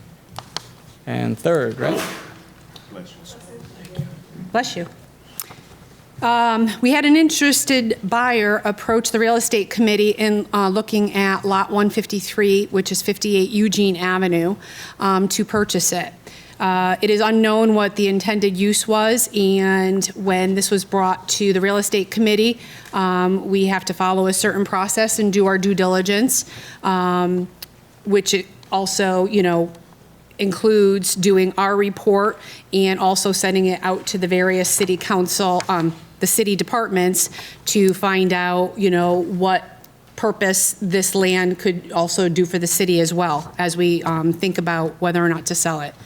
So the motion for this one, it is hereby moved in accordance with Connecticut General Statute Section 8-24 that the Bristol City Council refer to the Planning Commission for its report on the proposed sale of city-owned property known as Lot 153, 58 Eugene Avenue, Assessor's Map 17. It is hereby further moved that this matter be referred to the Water Department and Public Works for their input. Second. Cheryl got the second. Any other comments or questions on this one? All those in favor? Aye. Anybody opposed? Motion carries. And do you have any other committee reports? I'll stay with you, Susan, sorry. I think I'm all set right now. Okay, we're going to start on my right this time. We'll shift it up a little bit. Cheryl, committee reports. Yes, I just wanted to give a Public Works update. We did have another meeting this morning with the engineers on the renovations for the city dog pound. We're proceeding to have further discussions, looking at, again, the cost to make the necessary renovations to bring it up to a state-of-the-art facility versus new construction and other options. Our next meeting will be August 10th, so we're putting a lot of pressure on the engineers and on the architects, and we'll have more to report in our Public Works meeting. Thank you, Cheryl. Andrew? The Vets Board is on vacation. School Readiness is on vacation. We sat on the Fire Board. The Mayor and I were involved. What is this, our third one? Third? Pinning ceremony. They were promoted to Lieutenant Adam Hayes, Brian Pleward, John Biskupski, and Derek Freemuth. And we wish them good luck in their endeavors. Other than that, I'm good. Great. Jackie? No reports, Mayor. No reports. And Sebastian, do you have any reports? Yes, just very briefly, the City Cemetery Commission voted last night to pursue registration on the State Historic Registry for the West Cemetery. So we're going to be going through that process of gathering information and putting together an application and go through that proper channel of applying for the registry. And that could unlock some grant potential there for the cemetery in the future. It's a historic cemetery. It's very beautiful. I did a little cemetery tour today. And so we're looking forward to some opportunities there for West Cemetery. And Ray, if you're still here, thank you for that work on Downs. I saw that we had some tree work besides the 800 other things that you're doing. Thank you for going in there and marking that. And I know that it's a historic cemetery as well. So I appreciate that. And that's all I have. Thank you. I have two quick ones. Code enforcement, just an announcement for people as well. Unfortunately, tomorrow's code enforcement meeting had to be canceled. It wasn't properly posted. We pushed that back 1 week. A lot of activity going on in code enforcement, and just one thing that I will highlight that we'll talk more about next meeting is keeping track of blight, tall grass, things of that sort. And it's very important to us in the city. We unfortunately will be taking down a house very soon, maybe later this week, early next week, due to extended blight that literally has gone on for 2 or 3 years. And we do want to make sure that the city of Bristol is kept orderly and clean, and we have not taken down a home or a commercial building in Bristol in quite a long time. That's a good thing. We want to build things in Bristol, but I do hope this will highlight for the community that if things are unsafe or not proper, we will be looking and taking proper action. So it's kind of going to be a bittersweet moment, and it's looking like Friday this week, but more to come on that. The only other update I did want to give is Jolene is on vacation. So from the Board of Education, there was some information that was passed along to me from the Board of Finance chair. It looks like they are trending towards a close of a small budget surplus or right on budget for this year. They have millions of dollars of POs out there, and it's going to take them a couple months, just like us, to close out their finances. Unfortunately, though, and this is something that we've talked a little bit on the city, is they have identified a $482,000 structural deficit due to fuel costs. And this is something we're kind of on top of, and we've been talking about on both on the city and the Board of Ed side. But that's the report from the Board of Ed. That's all I have for committee reports. Does anybody else have anything else? Nope. I think we can move on to the next agenda item, which is unfinished business. Does anybody have any unfinished business? No. We're on to number 8, which is new business. I do know we have at least one new business item. Finally here, gentlemen. We've been waiting patiently in the back. Mr. Mayor, I have a motion to hereby move that the Bristol City Council approve the SOP, Standard Operating Procedures regarding the Station Support Dog Program. I further move that the mayor or acting mayor be authorized to execute any necessary documents to effectuate the same, including but not limited to the transfer of ownership agreement between the City of Bristol and Canines for Warriors. Do I have a second? Second. You also waited this long, so would anybody like to speak and tell us a little bit about this innovative new program that has come to us? I know, but they waited this long. Thank you, council members, Mr. Mayor. Canine for Warriors provides support dogs for police departments and fire departments across the country. Currently, no fire department in the state of Connecticut has one of these dogs.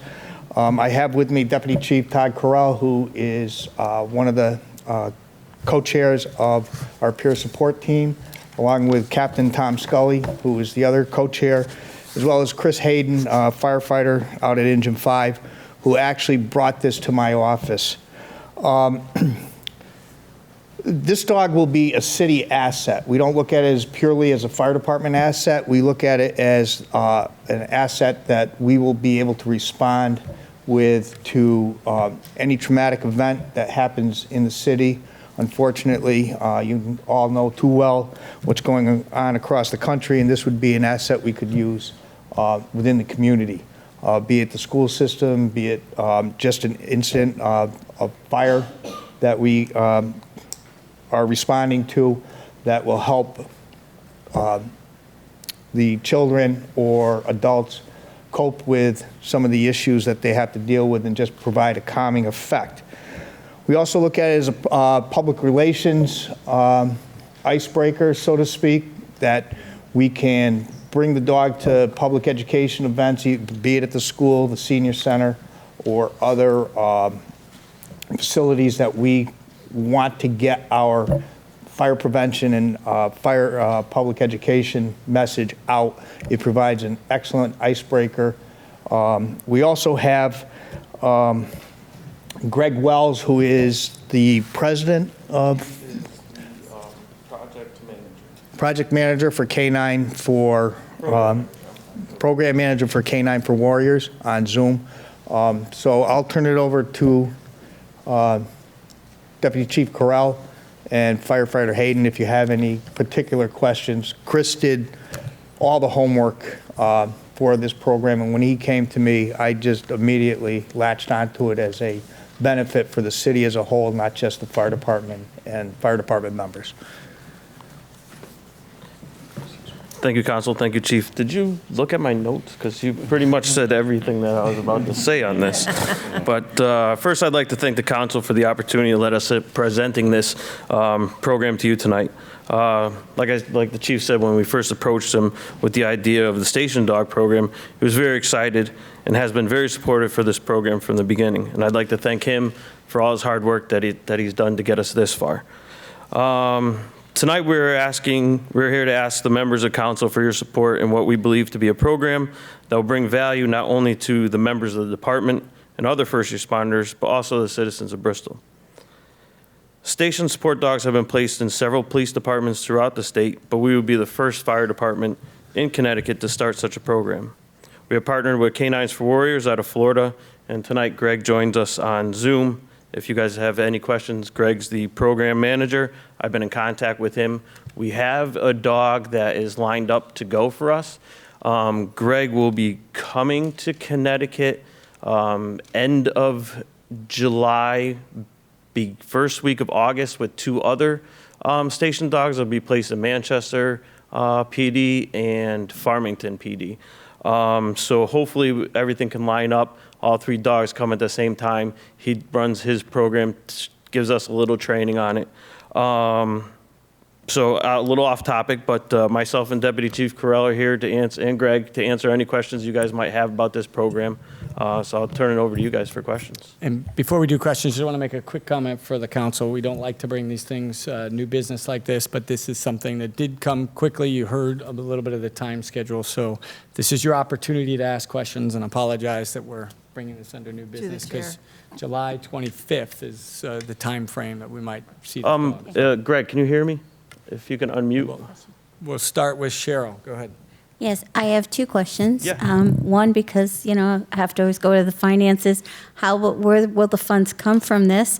And secondly, more importantly, can you give us a little bio description of the dog that will be joining Bristol? Yes. So as far as finances, I would have to turn that over to the chief on that one. But what our plan is, all these webinars that I've been on for station dog ideas and how to get it implemented in your city, first and foremost, the most important thing is start a social media page for the dog. When you start that social media page for the dog, link that social media page to a bank that we have for donations. So partner with Thomason or Torrington or whatever savings bank, and that link will be there for the public to make donations, companies to make donations. Once those donations start rolling in, that's the majority of how we're going to fund this program. I have rough numbers as far as for a vet, for food for the year, is around 18 to 1,500 bucks. Greg's company, when the dog comes for the first year, he comes with all his medication that he needs for the year, flea and tick, heartworm, etc. Also comes with crate. It comes with a list of leashes, beds, things like that. It'll come with a vest so everybody knows that it's a therapy dog. So it'll be allowed to go into these buildings like a school and a hospital. And we'll have our fire department emblem on there. It'll be a member of our department, but it's also an employee of the city. And the name and breed, and can we hear the important? The dog's name is Oki. She is a shepherd hound mix. She is 2.5. She is about 50 pounds. She's on the shorter hair side. Trying to think what else. Another important part is all the training that Greg's going to give us when he comes up here will also be available for us to review online if we have any questions. Greg will always be there to answer them for us and help us in the training portion. I'm sure you'll have no trouble. The comments and the generosity of citizens towards the dog pound has been overwhelming, and I know they're going to welcome this dog with open arms. And more importantly, the dog's a rescue, so that's very good.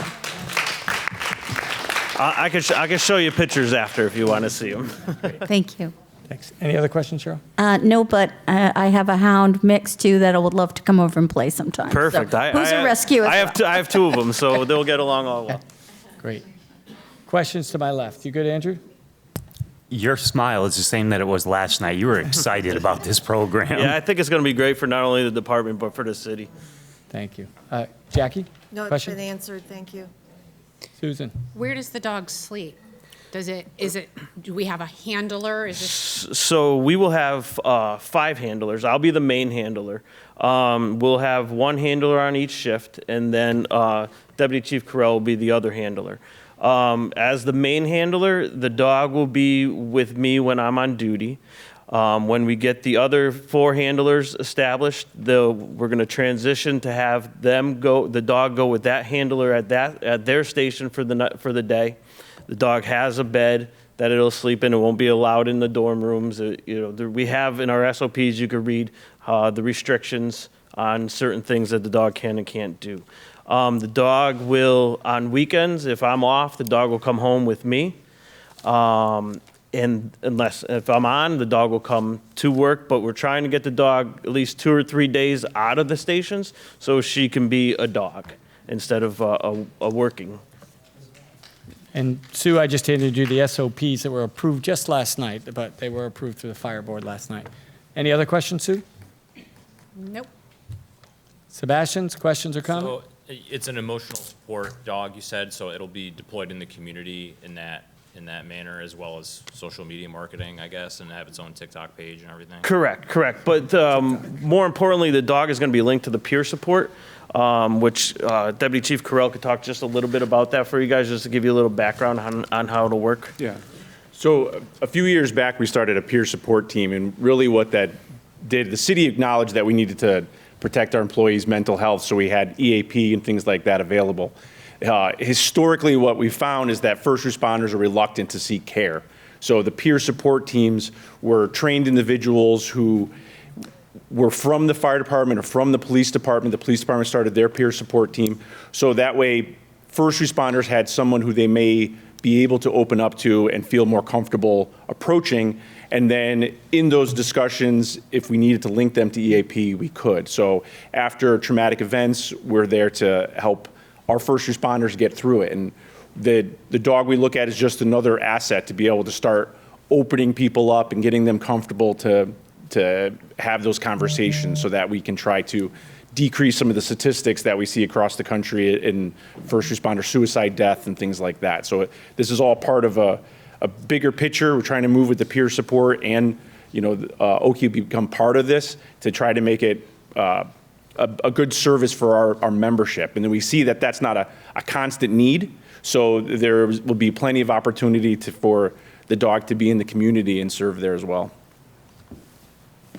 I just have one other comment just to kind of round this out so that you're all familiar that the police force has canine dogs in existence, and some of that program is actually shifting towards peer support dogs as well, as these dogs unfortunately are taken, and if I say anything wrong, let me know, Deputy Chief, I see you over there, as they're being taken out of service because many of these were cannabis or marijuana sniffing dogs, they're moving in that direction as well. So this is not necessarily a precedent-setting situation, but they will be the first in Connecticut with fire dogs. So, any other questions or comments?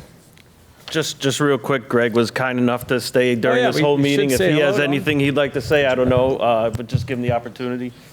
Thanks for having me. I think Chris nailed it. We've texted back and forth quite a bit today, probably a dozen or so times in anticipation of the city council meeting. So it's short and sweet. Oki is a wonderful, wonderful little shepherd mix. She's going to fit right in with Bristol Fire and make a big difference in a lot of lives. She's going to focus on peer support, community engagement. We've trained her for a lot of that stuff. Our dogs are recognized by the American Kennel Club as therapy dogs. And then my organization in general is accredited through Assistance Dogs International for our work that we've done with service dogs for disabled veterans. So I will be traveling up into the Bristol area at the end of the month. So we're scheduling things out and looking forward to working with y'all. Thank you, Greg. All right. One more. Just one more. This program, you guys have put so much work into it in so little time. This was just brought up to us 2 months ago, give or take. Yeah. I was not expecting it this year at all. So congrats on all the work you guys are doing on it. Thank you. Great. I think we got one more. Go ahead. Nope. I just did see the back portion of misbehavior, which hopefully doesn't happen. Is the city insured if there's a bite or something like that? So. Love my papers. Are you paying for them? We're in the process of securing a insurance carrier that would provide liability insurance in the case of an unfortunate bite. Greg actually is looking at companies that are that provide that service. He did find one that in North Carolina, I believe, but they aren't licensed to provide insurance in Connecticut. Ironic, as it may be. But the estimated cost is approximately $130 per year. So the cost is minimal. Thank you. Thank you. Any other questions? We have lots of dog lovers on this council, I know, so I can predict that I think we're going to be pretty good here. All those in favor? Aye. Aye. Anybody opposed? Motion carries. Congratulations. Thank you, Mr. Mayor. Thank you, Council. All righty. Resignations, Therese. Would you like to let us know what those are? 4 resignations, Your Honor. The first is from Christina Cipriani from the Mayor's Task Force on HIV/AIDS. The next is from Donna Osuch from the School Readiness Council. The third is from Jeffrey Twombly from the Zoning Board of Appeals. And the last one is from Jerry Betts from the Board of Library Directors. So So I'll enter, go ahead. Motion to accept the letters and have a letter of appreciation and thanks sent to each individual. Second. All those in favor? Aye. Anybody opposed? Motion carries. All right, appointments in July here. We are going to start first with the American Rescue Plan Task Force. We can take these together. We are going to, I'll look for a motion to replace Donna Osuch with Morgan Ergo. There's no term on the ARP task force. And we'll replace Orlando Calfee with Kenneth Lundquist Jr. I'll entertain a motion. So moved. Second. Any comments, questions? All those in favor? Aye. Aye. Anybody opposed? Motion carries. On the Commission for Persons with Disabilities, I need a motion to replace Kristen Granitek with Shannon Welburn. That term will expire in 6/24. So moved. Second. All those in favor? Aye. Anybody opposed? Motion carries. On the Board of Finance, we're going to replace Orlando Calfee with Craig Kazamikis. That's an unexpired term that runs through 6/25. Move approval. Second. All those in favor? Aye. Anybody opposed? Motion carries. On the Bristol Burlington Health District, just a quick little note on this one. This is very familiar to you. We replaced Les Kish actually last month with Kathy Burness, but that term expired. So we're just reappointing Kathy Burness this year to a full three-year term now that goes to 7/25. Second. All those in favor? Aye. Aye. Anybody opposed? Motion carries. This one, I will apologize and take full credit for. On the Inland Wetlands Commission, we need to rescind the appointment of Logan Williams from 6/14. Instead, we're going to appoint Reynardo Ortiz Jr. to replace Carolyn Chekovitis as an alternate member. That's an unexpired term to 1/24, and I think I messed up the name, but I also messed up the original appointment. Just to let all of you know, on the alternate side, we ended up having non-minority representation on the alternates, so we've switched that out, and I need a motion. So moved. Second. Cheryl got the second. All those in favor? Aye. Anybody opposed? Motion carries. Board of Library Directors, to rescind the appointment of Ashley Versellis from 6/14/22, and now appoint Ashley Versellis to replace Lucia Stewart Roman, unexpired term to 1/25. This is a very fun part of my job, by the way. So what happened here is Ashley had not registered to vote in time when we had appointed her last time. She has taken care of that duty, and so now we are going to reappoint Ashley Versellis. I need a motion. Move approval. Second. All those in favor? Aye. Anybody opposed? Motion carries. On the Planning Commission, we're going to reappoint Jeffrey Hayden to a 5-year term that expires on 7/31/27. Move approval. Second. All those in favor? Aye. Anybody opposed? We have one more correction here as well. On the Retirement Board, we're going to rescind the appointment of Christopher Gallant. He's actually the president of the union that has the representation on Retirement Board. And we're going to appoint Craig Weber to replace Paul Keegan as the 1338 representative term to 7/23. Move approval. Second. All those in favor? Aye. Aye. Anybody opposed? Motion carries. Zoning Commission, again, another little switch here. We want to clarify that the appointment of Mark Gagnon, who was appointed as who is now going to be a regular member, we're going to replace him with the Michael Mazzarelli who had resigned so that he becomes a regular member, and that term will expire in 6/25. And to clarify the appointment that Brian Skinner, who was put in that position because we were just filling it, he's actually going to be an alternate member, and his term will expire in 12/22 because Mark Gagnon is now a regular member. Move approval. Second. That was a little complicated. Any questions on that one? We're just changing alternate member with real member. All those in favor? Aye. Anybody opposed? Motion carries. I'll put these together. I think I can do that. Yep. To reappoint Richard Raymond, and this is on the Zoning Board of Appeals. Richard Raymond, 3-year term to 7/25. We are going to replace Tim Adamitis with Michael Arasenko, and that term goes to 7/24. We're going to appoint Richard Balsam as the regular member to replace Jeffrey Twombly, who just resigned. That term expires on 7/23. And we're also going to appoint John Lafreniere as an alternate member to replace Richard Balsam, who was just made a regular member. That term expires 7/23. Move approval? Second. All those in favor? Aye. Anybody opposed? Motion carries. I do want to thank Therese. There's a lot of work recently done on that, and also Olivia, who is one of our mayor's aide. This has been a complicated mix. There were a lot of resignations and terms that end in July. We still have a fair amount of openings, and we'll work through some of those over the next month or two, but we are just about caught up, which is great. All right, we move on to item number 11. Therese? Resolution regarding acceptance of Main Street Community Foundation grant funds of $2,052 for voice amplifiers for early childhood teachers and referral to Board of Finance for appropriation. And there is a resolution to read, Your Honor. Somebody have it open? I don't think I have it.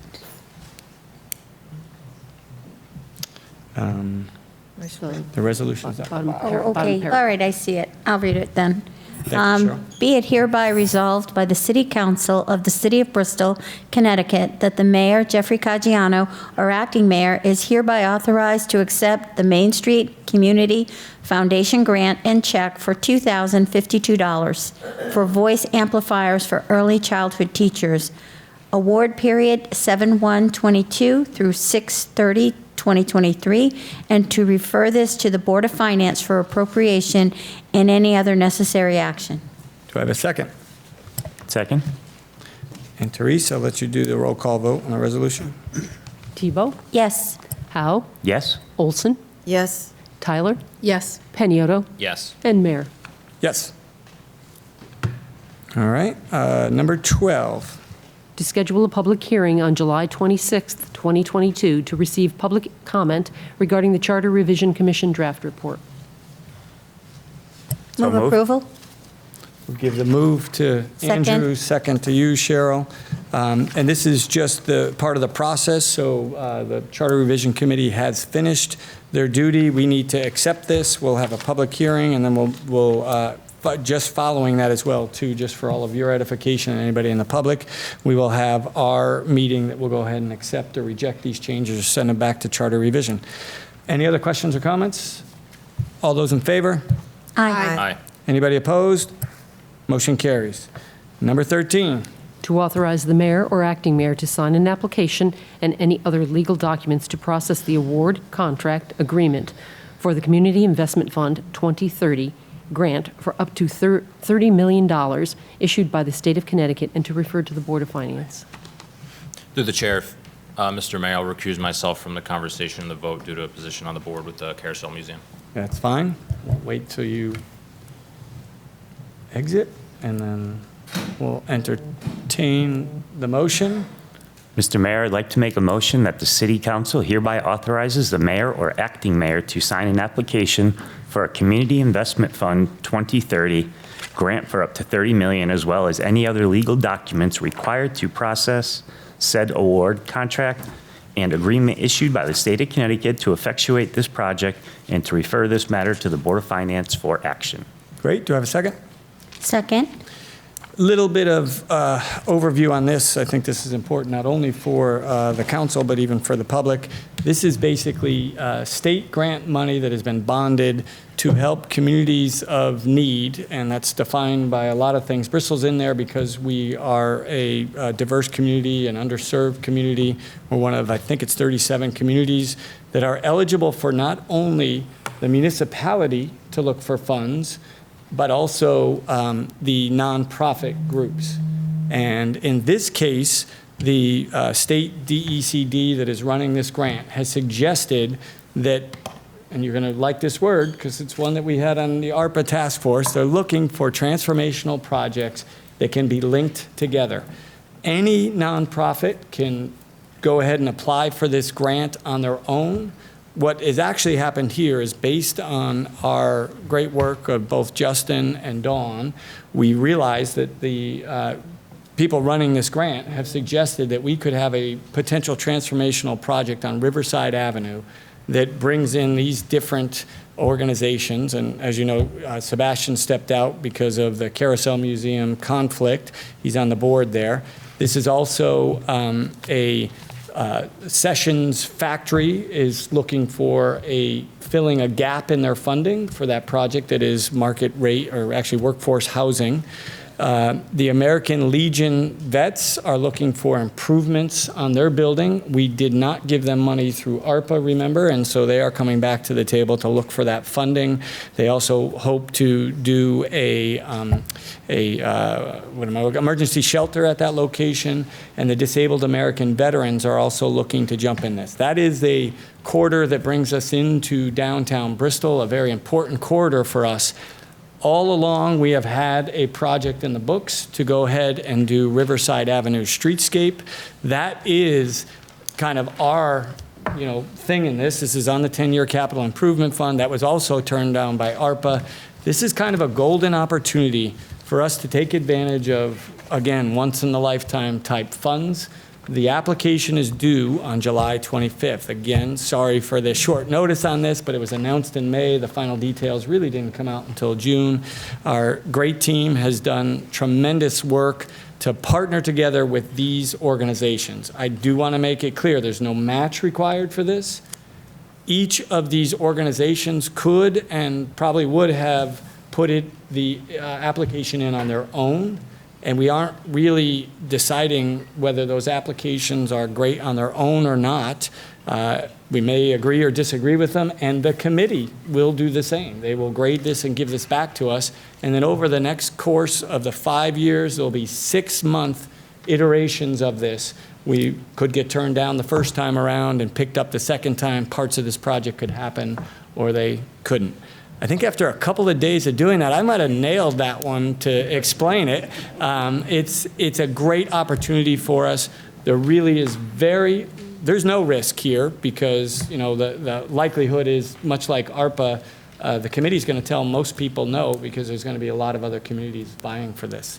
So I will leave it open to comments or questions, and I will start on my far left and we'll come down this way. Go ahead, Sue.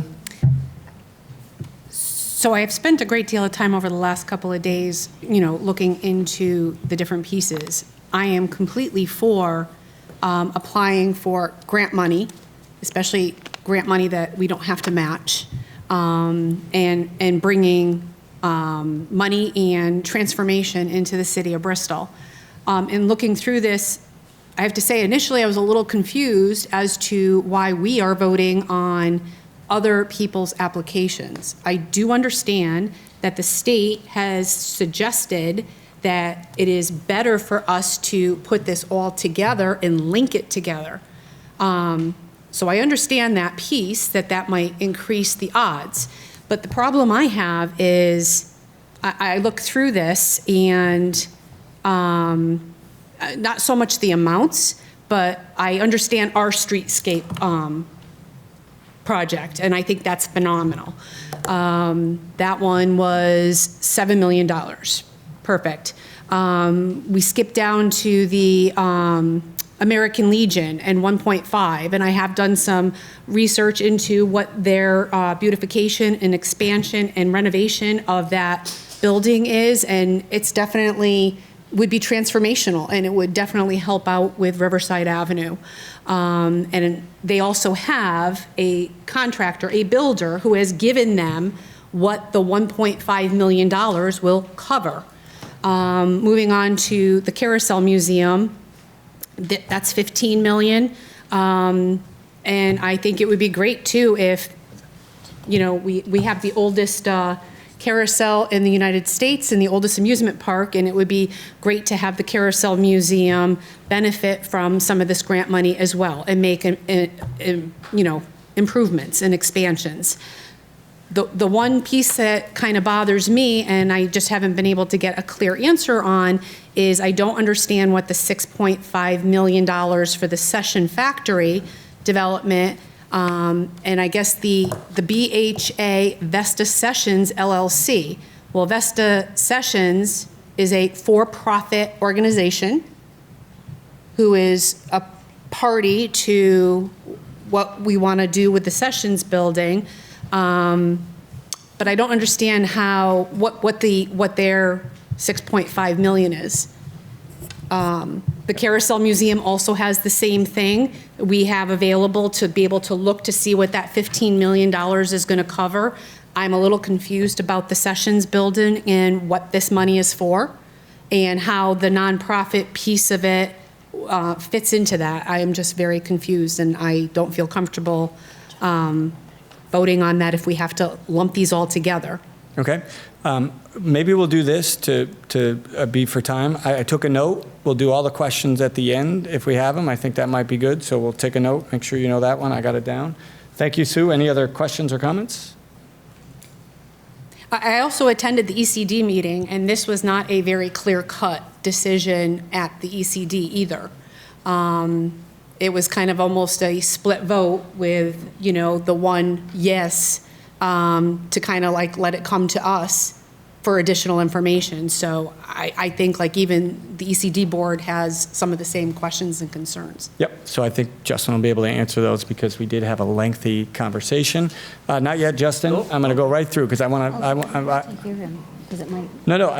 Okay. Maybe it'll take away another question. Okay. We could do that. Yeah. I guess I'm just trying to be efficient here. Sorry. This is on. So Vesta, BHA, I think talk about that first. So first of all, thanks very much to the council for just taking this up. This is one of those sort of very recent projects that's coming before you. So that's the grant game sometimes. But what the mayor laid out is absolutely correct, and it was well stated. We went in separately, oddly, along the Riverside Avenue corridor, and it was the state that really stepped in and said, hey, folks, have you thought about joining forces? To do my best to answer your question on Vesta BHA. So we've been working with Vesta BHA for quite some time on obviously their project at the Sessions building. While I can't give you specifics, what I can talk is in a general way. Vesta BHA, like so many actual development projects that we're working on now, because of some of the market forces out there, from the cost of materials, cost of labor, and some other issues, they're hitting some challenges on their financing side. So they've been very upfront with us, which has been great. The mayor and I have met with them and their teams several times, and actually we'll be meeting again with the state next week. So they've been honest up front about those challenges. So when this, and I'll just add one extra piece to that, what we're interested in, and we've made it very clear, is that the project and the way that apartment community is structured, the way it was approved originally, we want to maintain that vision. And to do that, it even makes it potentially a little more difficult for Vesta because there's funding that's not available to them if they went in a different route. So with that open communication, we've been talking about this particular grant opportunity. Vesta BHA was very aware of it. They have what we're told is they have a nonprofit arm of the Housing Authority that would be their key to eligibility here. That's really up to the state to determine ultimately. Of course, if we see any issues with it, and we have communicated with them, we will. But that's the nonprofit piece.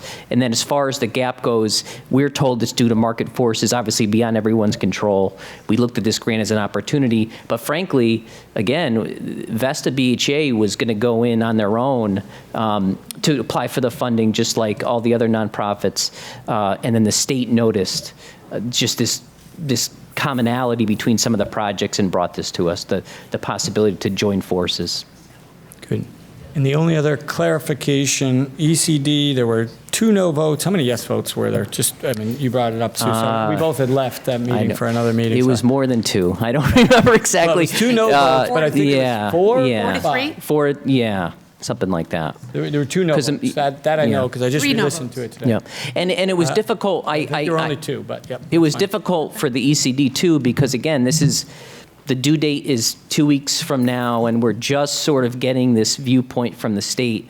So it was a little bit of a new concept, and it's not easy to necessarily digest because it's so different from what we normally do, right? Like, we're so used to controlling our own destiny, going in on our own with these grant applications, but with so much funding available, it's just a little different, this one. We're all getting used to it too, even as staff. We're like, how are we gonna handle this, right? So we're working through the mechanics of it, so I completely understand the questions. Great. We'll move down the line then. Are you good, Sue, with the questions, comments?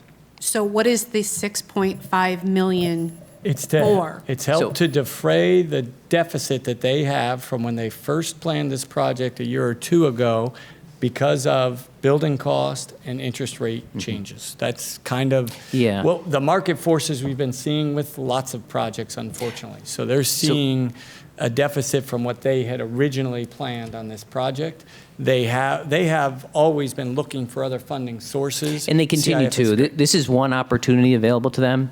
But I will work to get you specifics on the break. I think you're looking for the breakdown, which I can't provide tonight, but I'll work to get you that.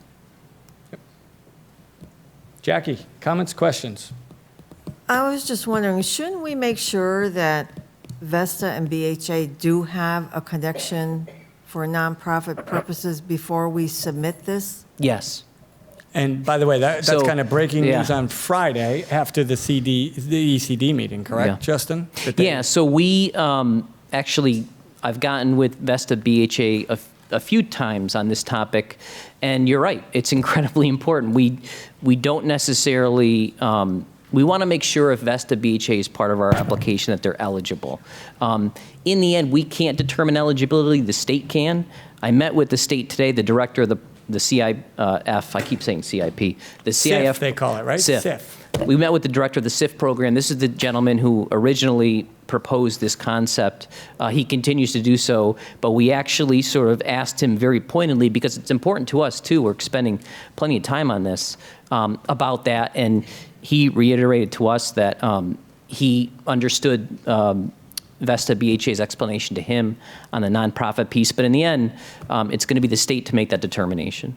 And they could decide not to give any money to any one of these or partial funding to them. It's still rolling out. I want to remind you all, it's almost exactly like what we did with ARPA.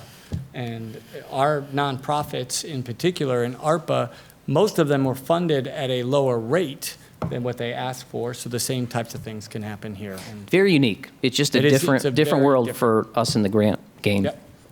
Jackie, other comments or questions? No, I'm good, thank you. Yep. Cheryl, comments and or questions? Always, thank you. I think part of the biggest struggle I had with this was just the amount of money that the state is going to just put out there like this with a very short notice. And everywhere I turn, people are struggling financially, and they all pay state taxes. And I am just really concerned about that.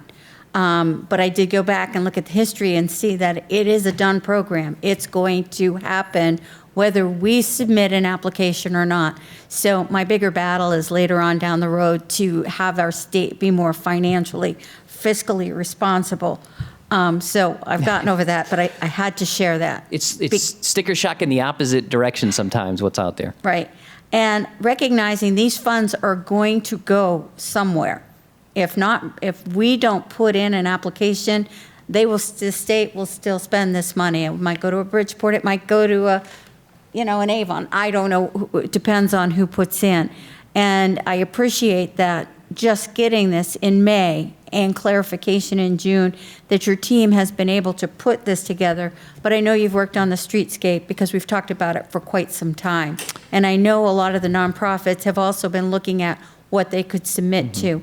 I closely followed the nonprofit section of the ARPA grant, and I heard, for example, what the veterans wanted to do with the $1.5 million. And how they explained that, and read their information in the ARPA fund. That said, I'm glad we're putting something in. I appreciate that you're looking at the corridor and taking the advice, and I'm glad you have somebody in the state who is giving you that advice to help speed this along. I still have a little sticker shock on some of the amounts, I'll be honest with you, because there are a lot of nonprofits here in Bristol that would just like a small piece of the pie. And thank you for explaining to me that they can still apply on their own. So they're not that's a cut good out of the point, program yeah. at all. They're just not included in this corridor. And so when I see the 15 million for New England Carousel, I understand that includes the carousel, which I don't feel is necessary to spend that portion. I just worry all these other nonprofits, and we've got to share the wealth, the limited resources. So I just wanted to make those clear, and I appreciate you looking into, and the question from our fellow councilperson, Susan, on the nonprofit angle for the Sessions Building. But I have a question. If we are awarded the 6.5, or it's awarded for the Sessions Building. Oh, sure. Yeah. And that partnership fails, does the city get to keep the 6.5 and get to use it for remediation and things like that? Well, I can't answer that question with confidence, but I can say that, well, on the remediation side, just so you know, we have funding that we hope will get us there. We think it will. Who knows? I've learned that you don't get what you don't ask for. So I'm hoping it never gets to that point, but I appreciate the thought and the, the thinking, what if sort of thinking. All right. And along with that, and I'm sure the mayor told you, the portion of on the river for that partnership, I want to come back to the city and be, as part of that. But I'm talking about the Sessions project, the hostess building. The hostess building. Yeah. I want to keep that for the city, selfishly. But it also, now I've lost my thought here. What is important too on our next round, because the Session Building, even though apartments are very important for our young professionals, so isn't that business space. And a lot of small businesses have had to find new homes after moving out of that building. That our next opportunity at looking at one of these grants, we look at a way to find a place for that to bloom and blossom. So our entrepreneurs and our small shops and our small business people have a place, to generate their business from. But otherwise than that, I want to appreciate this, and I will be voting yes for this project. Thank you. Thank you, Cheryl. Andrew, I know you had to step out for a second. No, I'm actually good that between the three of you answer all our questions. I'm just waiting to see what Riverside Avenue is going to look like with this much money, of having the ability to transform so many projects. I have to get you, everyone, our study. I think I sent it to Jackie, but I'll send it to everyone. It's going to be great. Yeah, and for me, I'll just end the comments here, unless there's others, to say that it is that streetscape that is driving us in this direction. I know it's difficult when you see things that don't quite mesh, but we were literally told that our chances of getting that $7 million that we're going to eventually do, again, it got turned down by ARPA, it's in our capital improvement budget, that's what our vested interest is, and all the other little pieces here will have to fall into place. And just like ARPA, we're going to see how it goes. I think our chances are much better by listening to the advice of those people in the DECD, and so I'm certainly in favor of this project as well. Any other questions or comments? Go ahead, Sue. Will there be one application? Is Dr. Ledger doing one application? And is she filling out the application for these other entities? No, so we actually, that was one of the reasons we met with the state today. I think what we'll be doing is, and Dawn might be able to help me out if I forget this, but the city will be writing its own application for the streetscape, but it will include narrative sections describing the other projects and how they fit together, right? But we will task the other organizations with completing their own applications, and it will go in as a package, potentially with a cover letter, maybe from the mayor, from the council, that describes sort of the mechanism and what we're looking to go in, again, as a comprehensive corridor project, but they will be responsible for their portions of the application. They're actually separate applications submitted all at once. Then why do we have to vote on these other applications? Because ultimately, they do need one, when I say they, the DECD needs one point of contact, one group that will be responsible for reporting on the grant funding. Of course, at that level, we will be tasking, Morgan at the Carousel Museum and our other partners with getting us the correct information, but they need to have one entity that sort of is leading it. We are the city, and I kind of look at it as the infrastructure piece, it's our streetscape, and then these projects are really coming in to complement that. So that's where we're coming from. We want to lead Riverside Avenue to its next chapter, so. Oh, and I think that's phenomenal. I'm still having a problem with the Sessions building and the 6.5 when I haven't been able to find out where exactly. So that's just covering a gap in financing. Yes. I mean, that's what it's been demonstrated to us. Yep. Yeah. Other questions or comments? Again, I apologize. I know there's a lot of information that comes together quickly. It's due on July 25th, which is why we do need to make a decision this evening. Jackie? I just wanted to tell Justin, I did share that streetscape you forwarded to me with the rest of the council. Oh, perfect. So Thank they you. have it. Thank you. We've seen it. Yep. Very good. Without any other objections, I think we're going to go ahead and do our vote. All those in favor? Aye. Aye. Anybody opposed? Nay. So just Susan. Motion carries. And you can bring Sebastian back. Yeah, I forgot about Sebastian. Let's get him for 14. Let's wait for Sebastian until he comes in. I hope he hasn't fallen asleep out there. Thank you for reminding me. I would have forgotten about him.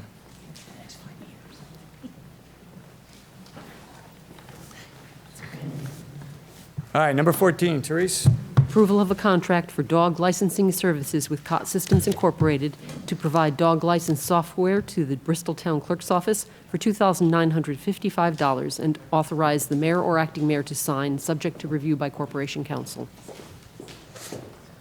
I have a motion. I know it's late. So moved. Second. Andrew, I have a second. Any comments or question about this?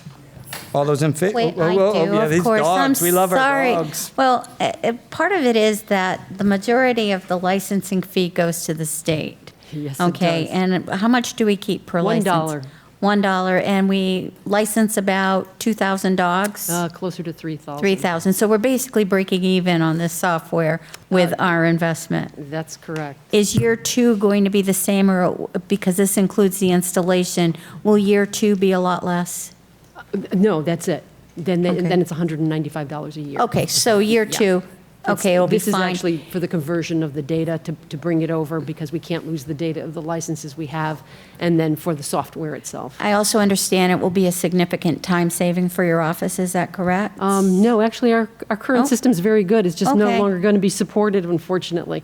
And I will tell you, actually, although we make $1, we're underwater with the dog program. It costs us more than we earn on that $1, because Yeah. when we mail a license, it costs us 68 cents just to send one tag through the mail. Yeah, we need to, again, another problem with the state, but that's not for this meeting, but thank you. All right. Any other comments or questions? All those in favor? Aye. Anybody opposed? Motion carries. And we'll go on to 15 now. Amendment to Contract 2P2131B with D'Amato Downs Joint Venture in the amount of $45,286.62, and to authorize the mayor or acting mayor to execute. So moved? Second. All right. I think you guys have all seen the memo on this one. This is a change order, high level, structural engineering issues that we have identified from the demolition part of City Hall. I think the good news is demolition is pretty much done, and usually you find most of those mistakes or moments there. There is a contingency to cover this, and we're just moving that money around. But if you have questions, Ray has been gracious and has stayed here, so Ray could answer any questions that you might have. Okay. All right. All those in favor? Aye. Aye. Anybody opposed? Motion carries. All right. We will need a motion to go into executive session in a second, but I'll just have Attorney Stieg let us know who's coming into executive session. That'll be myself, Attorney Conlon, Attorneys Lacey and Welch, and our outside counsel, Nicole Fluckinger. She's out there. She's out there? Okay. Very good. So can I have a motion to go into executive session? Motion to go into executive session. All right. Jackie and Susan, and Cheryl, sorry. All those in favor? Aye. Anybody opposed? Motion carries. We'll be back. All right, no votes were taken. I will entertain a motion to come out of executive session. So moved. Second. All those in favor? Aye. Anybody opposed? We're back in session. Sue, you have the first. I hereby move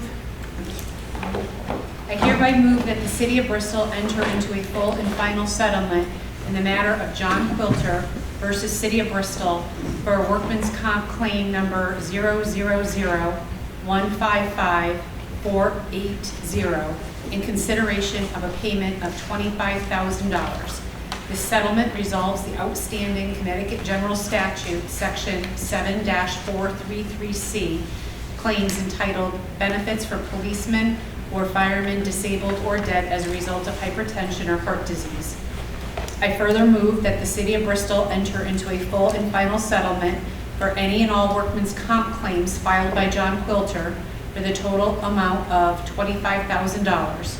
The dates of these claims are listed below, but are not limited to, are for October 27, 1976, May 14, 1982, July 26, 1983, August 8, 1990, November 16, 1995, March 24, 1996.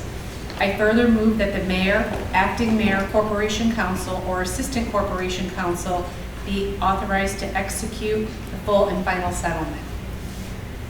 Second. All those in favor? Aye. Anybody opposed? Motion carries. Number 2.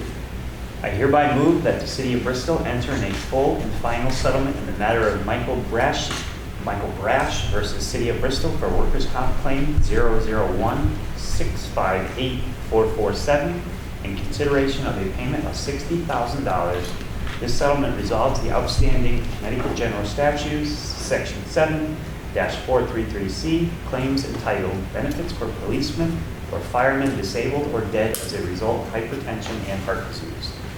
I further move that the City of Bristol enter into a full and final settlement for any and all workers' compensations claim filed by Michael Brash for the total amount of $265,000. These dates of these claims are listed below but are not limited to October 26, 2003, May 15th of 05, September 13th of 06, June 19th of 07, May 15th of 08, November 8th of 08, May 4th of 12, November 14th of 13, June 26th of 14, and June 7th of 2021. I further move that the mayor, acting mayor, corporation counsel, or assistant corporation counsel be authorized to execute the full and final settlement. Second. All those in favor? Aye. Anybody opposed? Motion carries. I'll entertain a motion to adjourn. So moved.